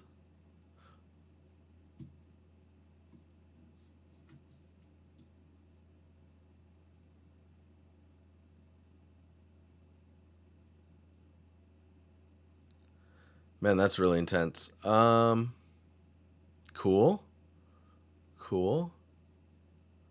Man, all these assets look great. There's a lot going on there. I think yours could be quite strong as long as you're watching out for, like, how detailed it gets. I'm like, how do I word that? You want to keep it pretty chill at the same time, you know what I mean? Get that 30-70 ratio going on. One more thing I will mention. I think your normal maps are flipped for the brick looking material.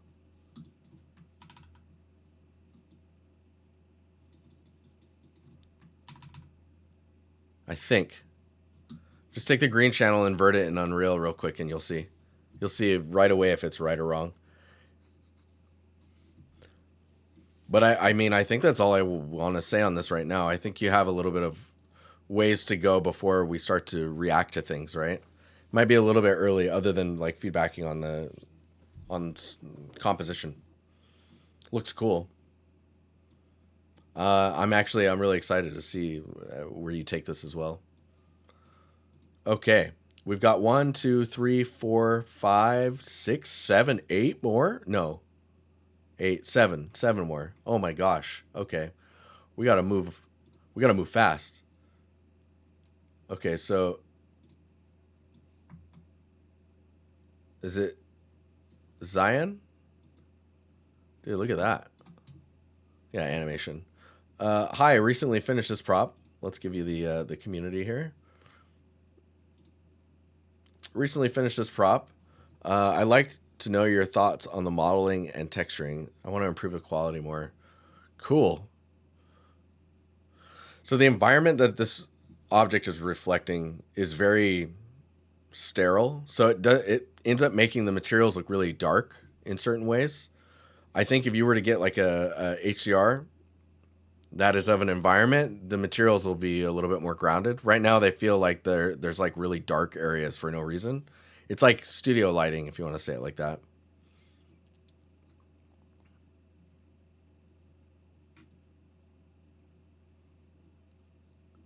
Okay, material-wise, here we go. Let me see if I can...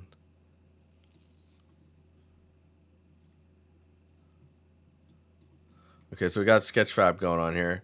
There's this film grain that's happening as well. But let me go to your base color. So your colors look pretty good. Yeah, the HDRI is the studio light. That's if you were to go away from studio light, you'll notice your asset will probably read better. Is there a way to change that in here? That'd be amazing.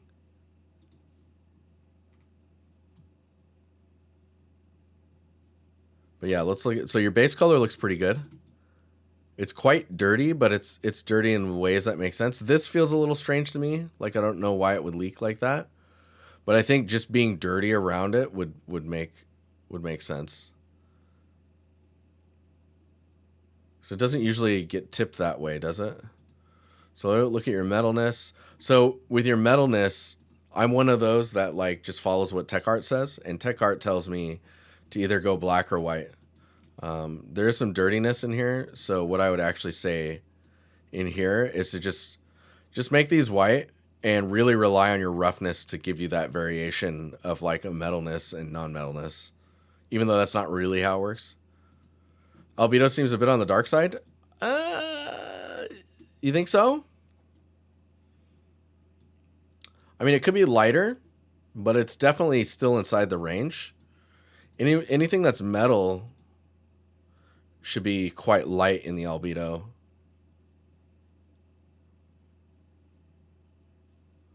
Want to make the oil leak on top?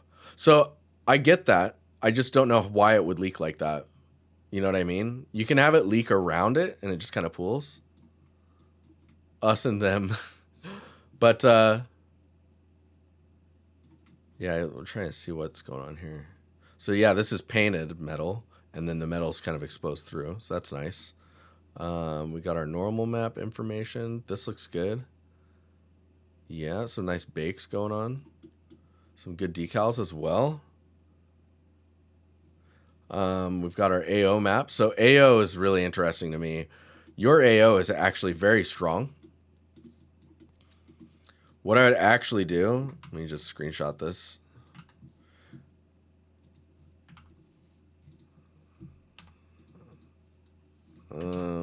Yep. There we go. So your AO should probably be closer to like, man, I don't know if you guys can see my range in my video card's lacking right now, but holy cow. Your AO should be like exposed pretty bright, and then in the crevices it gets dark. So like a lot of the side information is going to be pretty light. I can't really display it properly because my video card is like crying at me right now.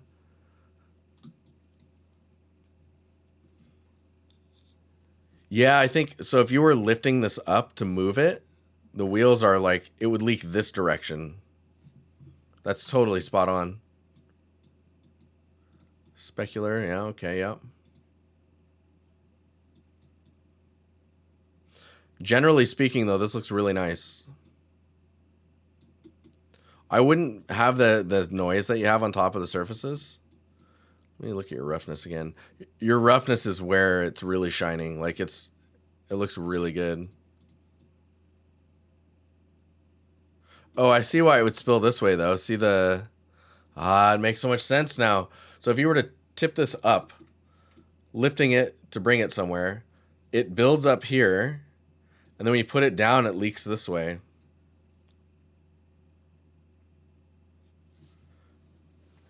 Generatorily speaking.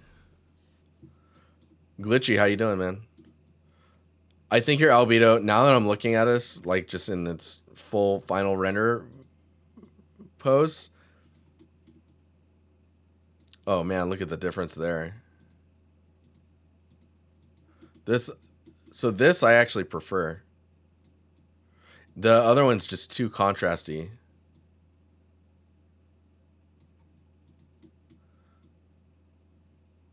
Dang, that's sick. All right, let's look at your geometry's pretty good. These are too high poly. These guys down here. This is really high poly as well. You probably would half that. And like half this as well.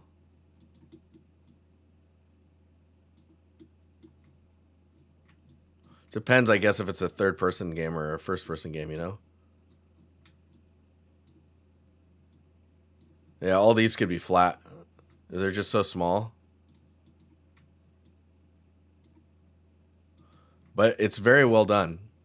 It's just all those little adjustments I would make. So this isn't even metal. If it is metal, it was just painted.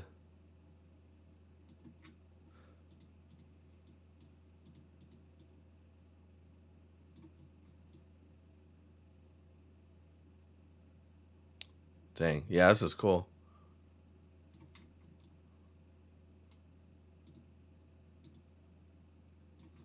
I don't have much else to say on it, actually. Nice work. I would like to see more from you, actually, though.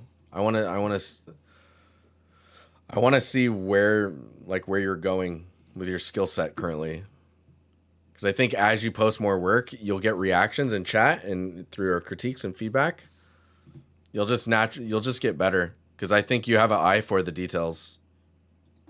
All right, D-zoned. This is a piece I'm currently reworking since this was made in a short time frame for a job position and was rushed. I'm aware of some of the stuff that needs to be fixed, but I would appreciate some feedback on this. The goal of this piece is to push as much quality with as few polygons as possible. And don't even worry about the polygons. Make it look good. I mean, the poly count that you have right now, it's fine. Like these can probably be a little lower. UV wise, that's quite a bit of padding, but I guess maybe it's like a 1024. Dude, these cookies, man, they just can't get enough cookies. Yeah, 1024. No, it's a 2K.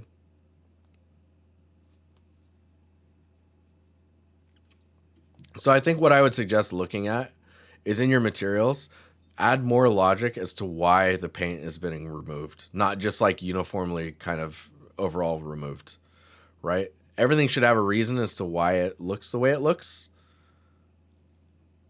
Like think about like someone's arm that goes through here, all the sweat and like just caked into the leather, and the wood is like soaked it in, and you know, you can just see that it's seen a lot of stuff with someone.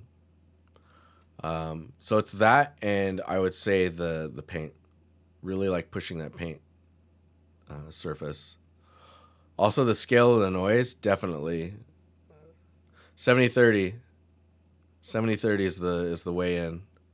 Like this dented look, instead of having dented all the way around, get that dented look in key areas, and it'll look much more like much stronger. Like you can take this dented look that you have now and just put a mask on it to remove it.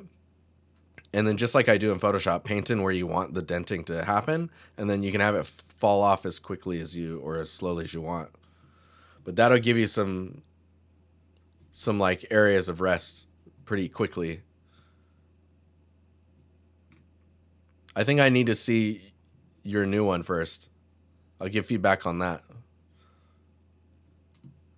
J. Crew, I'm working on this environment diorama.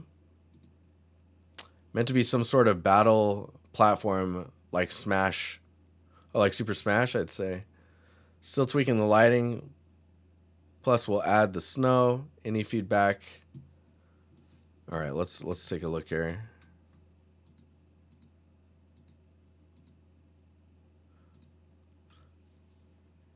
I think I would take the moon and just go bigger with it.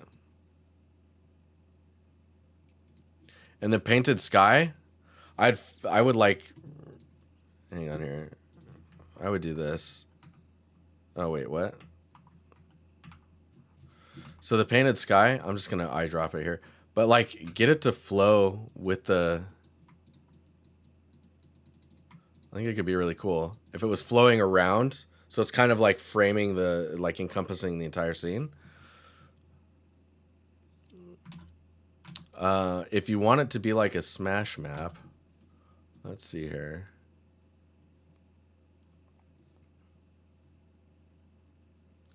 Man, this is really cool. I would think about it like tiers. So there's this one, it's like a layer, right? And then there's this layer. I think I would split this here and make it 1, 2, 3. I really like these little buckets that have the little water in them as well.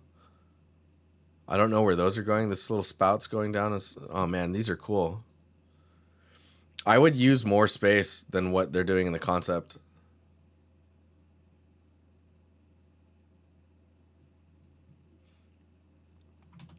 Also, because of the curving, you can take the moon, right? We can take that moon and we can just do something like that.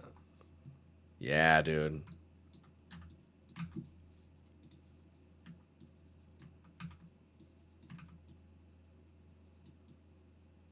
It's like, imagine.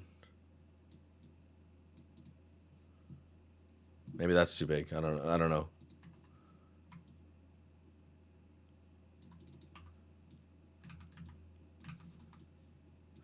I'm like, imagine as I just try and repair my damage. But I think a bigger moon could be really cool. And then the layers of the clouds. What's the camera for that term? The camera could be more fisheye, like in the concept.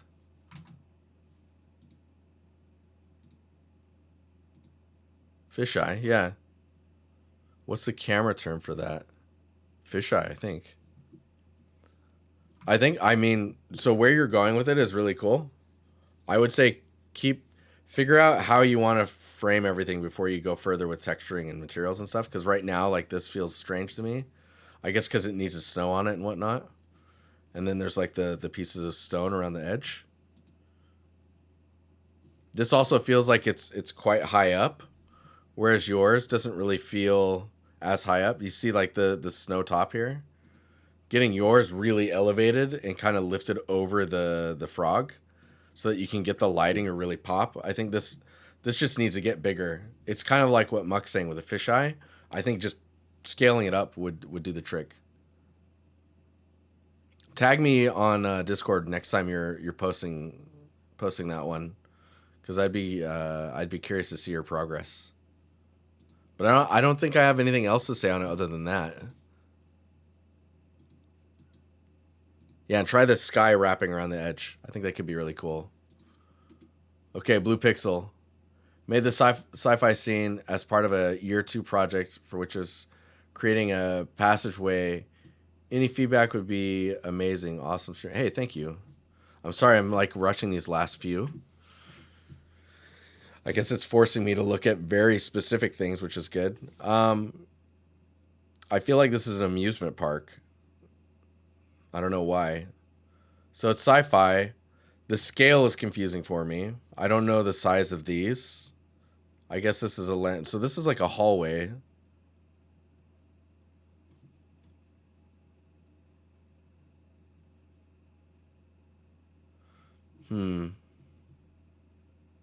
I don't know what this is either. So there's a lot of things happening here that I don't understand. It's not in like what is this? But like I don't understand like it's sci-fi, but I don't see anything that's saying it's sci-fi. But I also don't see anything that's recognizable other than maybe like lanterns. There's a lot of elements that need to be explained, and that gets you lost in the scene. You know what I mean? I can see that this is someone's like little home, and there's like these little hanging things on there. But I don't know, like, what is that in the background? There's something back there, and I don't know what it is.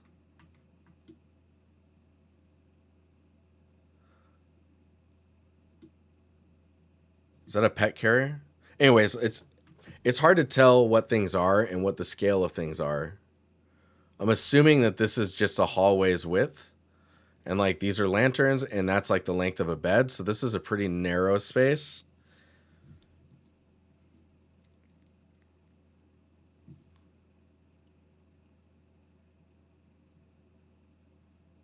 I don't know. These are the scenes that are very hard to critique because I don't. There's things that I need to understand before I can feedback on stuff. Like, is this metal? Is it all rusted? Like, there's some nice light projection stuff happening here. That's cool.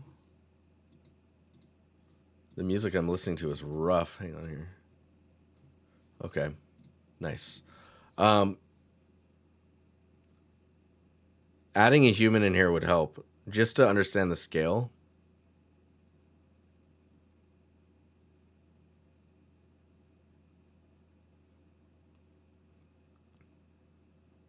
We need things that we can relate to,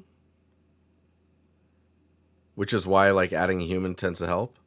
But like an object that we can go, oh, that's what that is. Yeah, no, I know what that object is. And then you can go a little off the rails with it, right? And it becomes sci-fi but still relatable.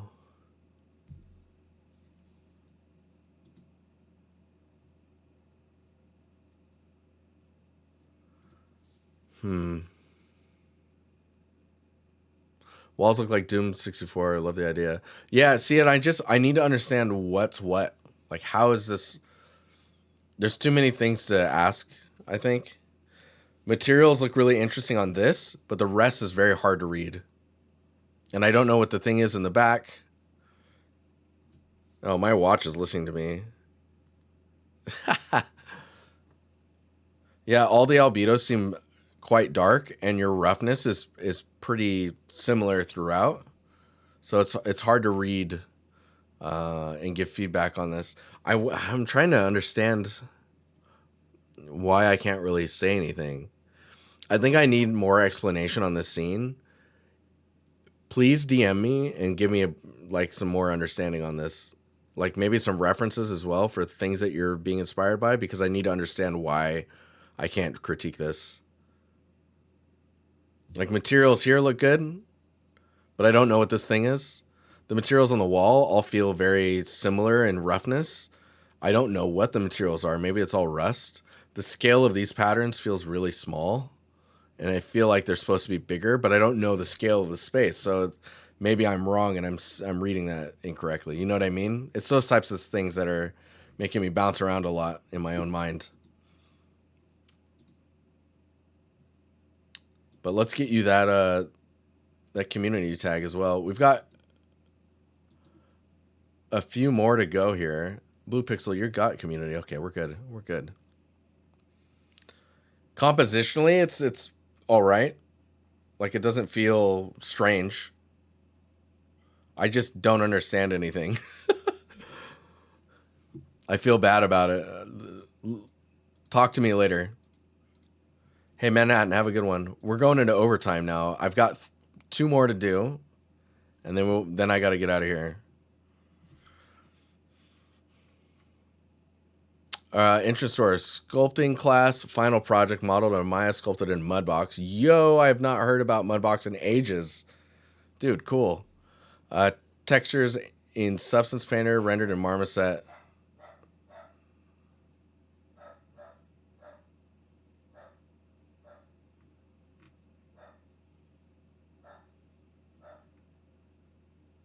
What?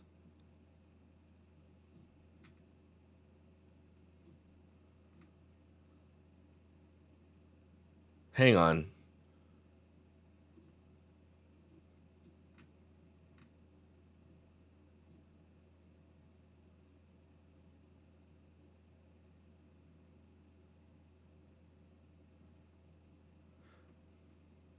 Yeah, Blue Pixel, definitely contact me. Man, I'm trying to understand.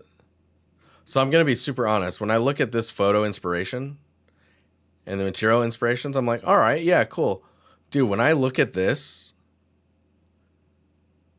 kind of looks like a scan.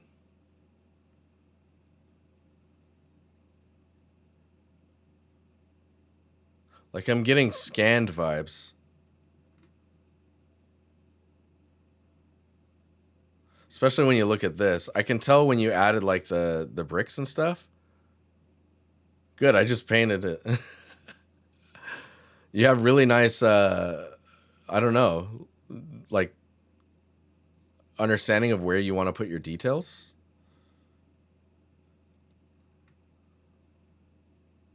There's some geometry that's probably not needed, like this loop in the middle here.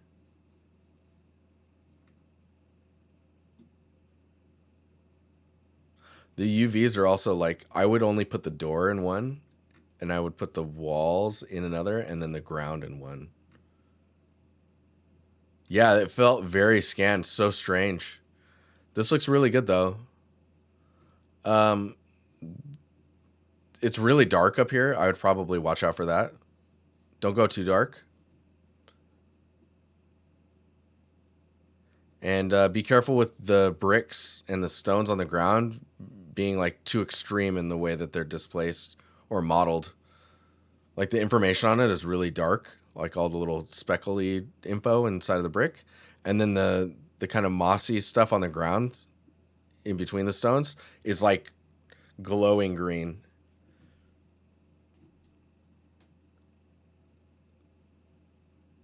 Well, it looks pretty cool.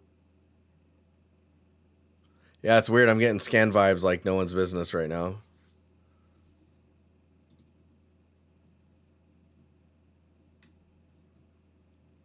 I think the thing that sticks out to me is how you've UV'd. There's some issues in the way that it's UV, but I also would separate a lot of these elements out. Like the door would be its own thing. But yeah, this looks cool. Let me see your reference again. Yeah, that's crazy. I don't have much to say on it, just the stuff I commented on. Too dark up here. The noise ratio, be careful with how much depth you're pushing on these, and then the green being really like neon. But yeah, it feels really natural. Kind of crazy. I think a lot of it will have to do with your roughness as well. Like you really are nailing the kind of noise that you get in roughness naturally. Madness. Yeah, I'm gonna link that in chat here, just so people can look at it. That's kind of nuts, man. But yeah, in the future, I'd separate out these elements: door on its own material, wall on its own material, and the ground on its own.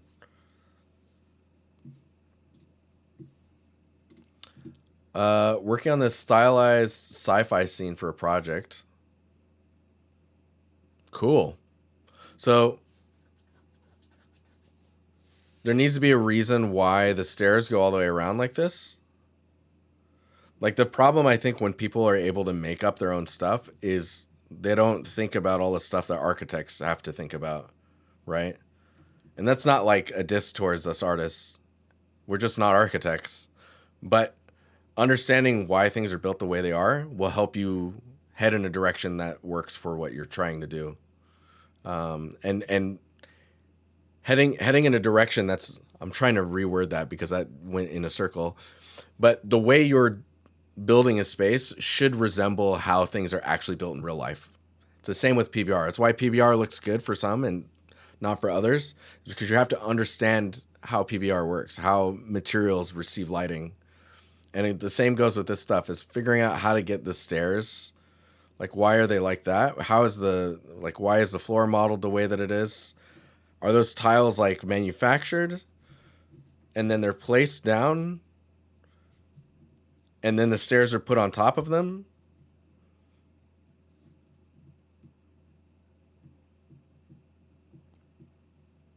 PBR police, loud and clear. This is really interesting though. I need to understand a lot more of the, like there's a lot of details that are happening in the background that don't even need to be there because the focus is this. I would say you could even like bring the camera in and just look at that. Have the stairs just go up here and then don't even continue them on the sides. But yeah, I'm trying to think what else we can. I want to see this in motion. I feel like this thing is spinning and these particles are just kind of floating up. Some kind of trim where the stairs meet the floor might help. Yeah, you need a way to terminate it if it was going to be like that. But again, this is one of those ones that's hard to critique because there's nothing for me to feedback on other than like how it's put together from an architectural standpoint and why is certain things the way that they are. Like there's like patterns on the ground here. Is that broken glass? Where did that come from? Is that from up here? It looks like it. This is broken open. So something came through the glass. But why is the glass only here and not like around here as well? There's a lot of questions, you know? So think about how you want to push this scene forward. What do we need to focus on? What's the story you're trying to tell? And making sure that you're grounding all of the like infrastructural details around how we look at architecture today and how things are actually built. Because you can go sci-fi and you can go stylized, but if you don't have anything to ground on, like it's always will feel wrong. Yeah, the breaking of glass in the finals is amazing. That game looks sick. But yeah, I have to get out of here. We're like super over on time. You guys snuck in with a bunch of art right at the last second there. Man, I need a haircut too. But tomorrow's Friday, so that's a nice thing. Well, okay, I'm going to get out of here, but I appreciate you guys coming in, hanging out, posting your work. It's bound to be Friday soon. Cool. Thank you again, Curious. Thanks for modding this evening. That was super nice. Pinned some posts. If you're new, here's the Discord. You can come hang out with us. We're a fun, lovely bunch, and we like to chill and voice chat and give each other feedback and pats on the back and share pet pics. Okay. I'll see you guys later, and thank you again. Have a good evening. Bye.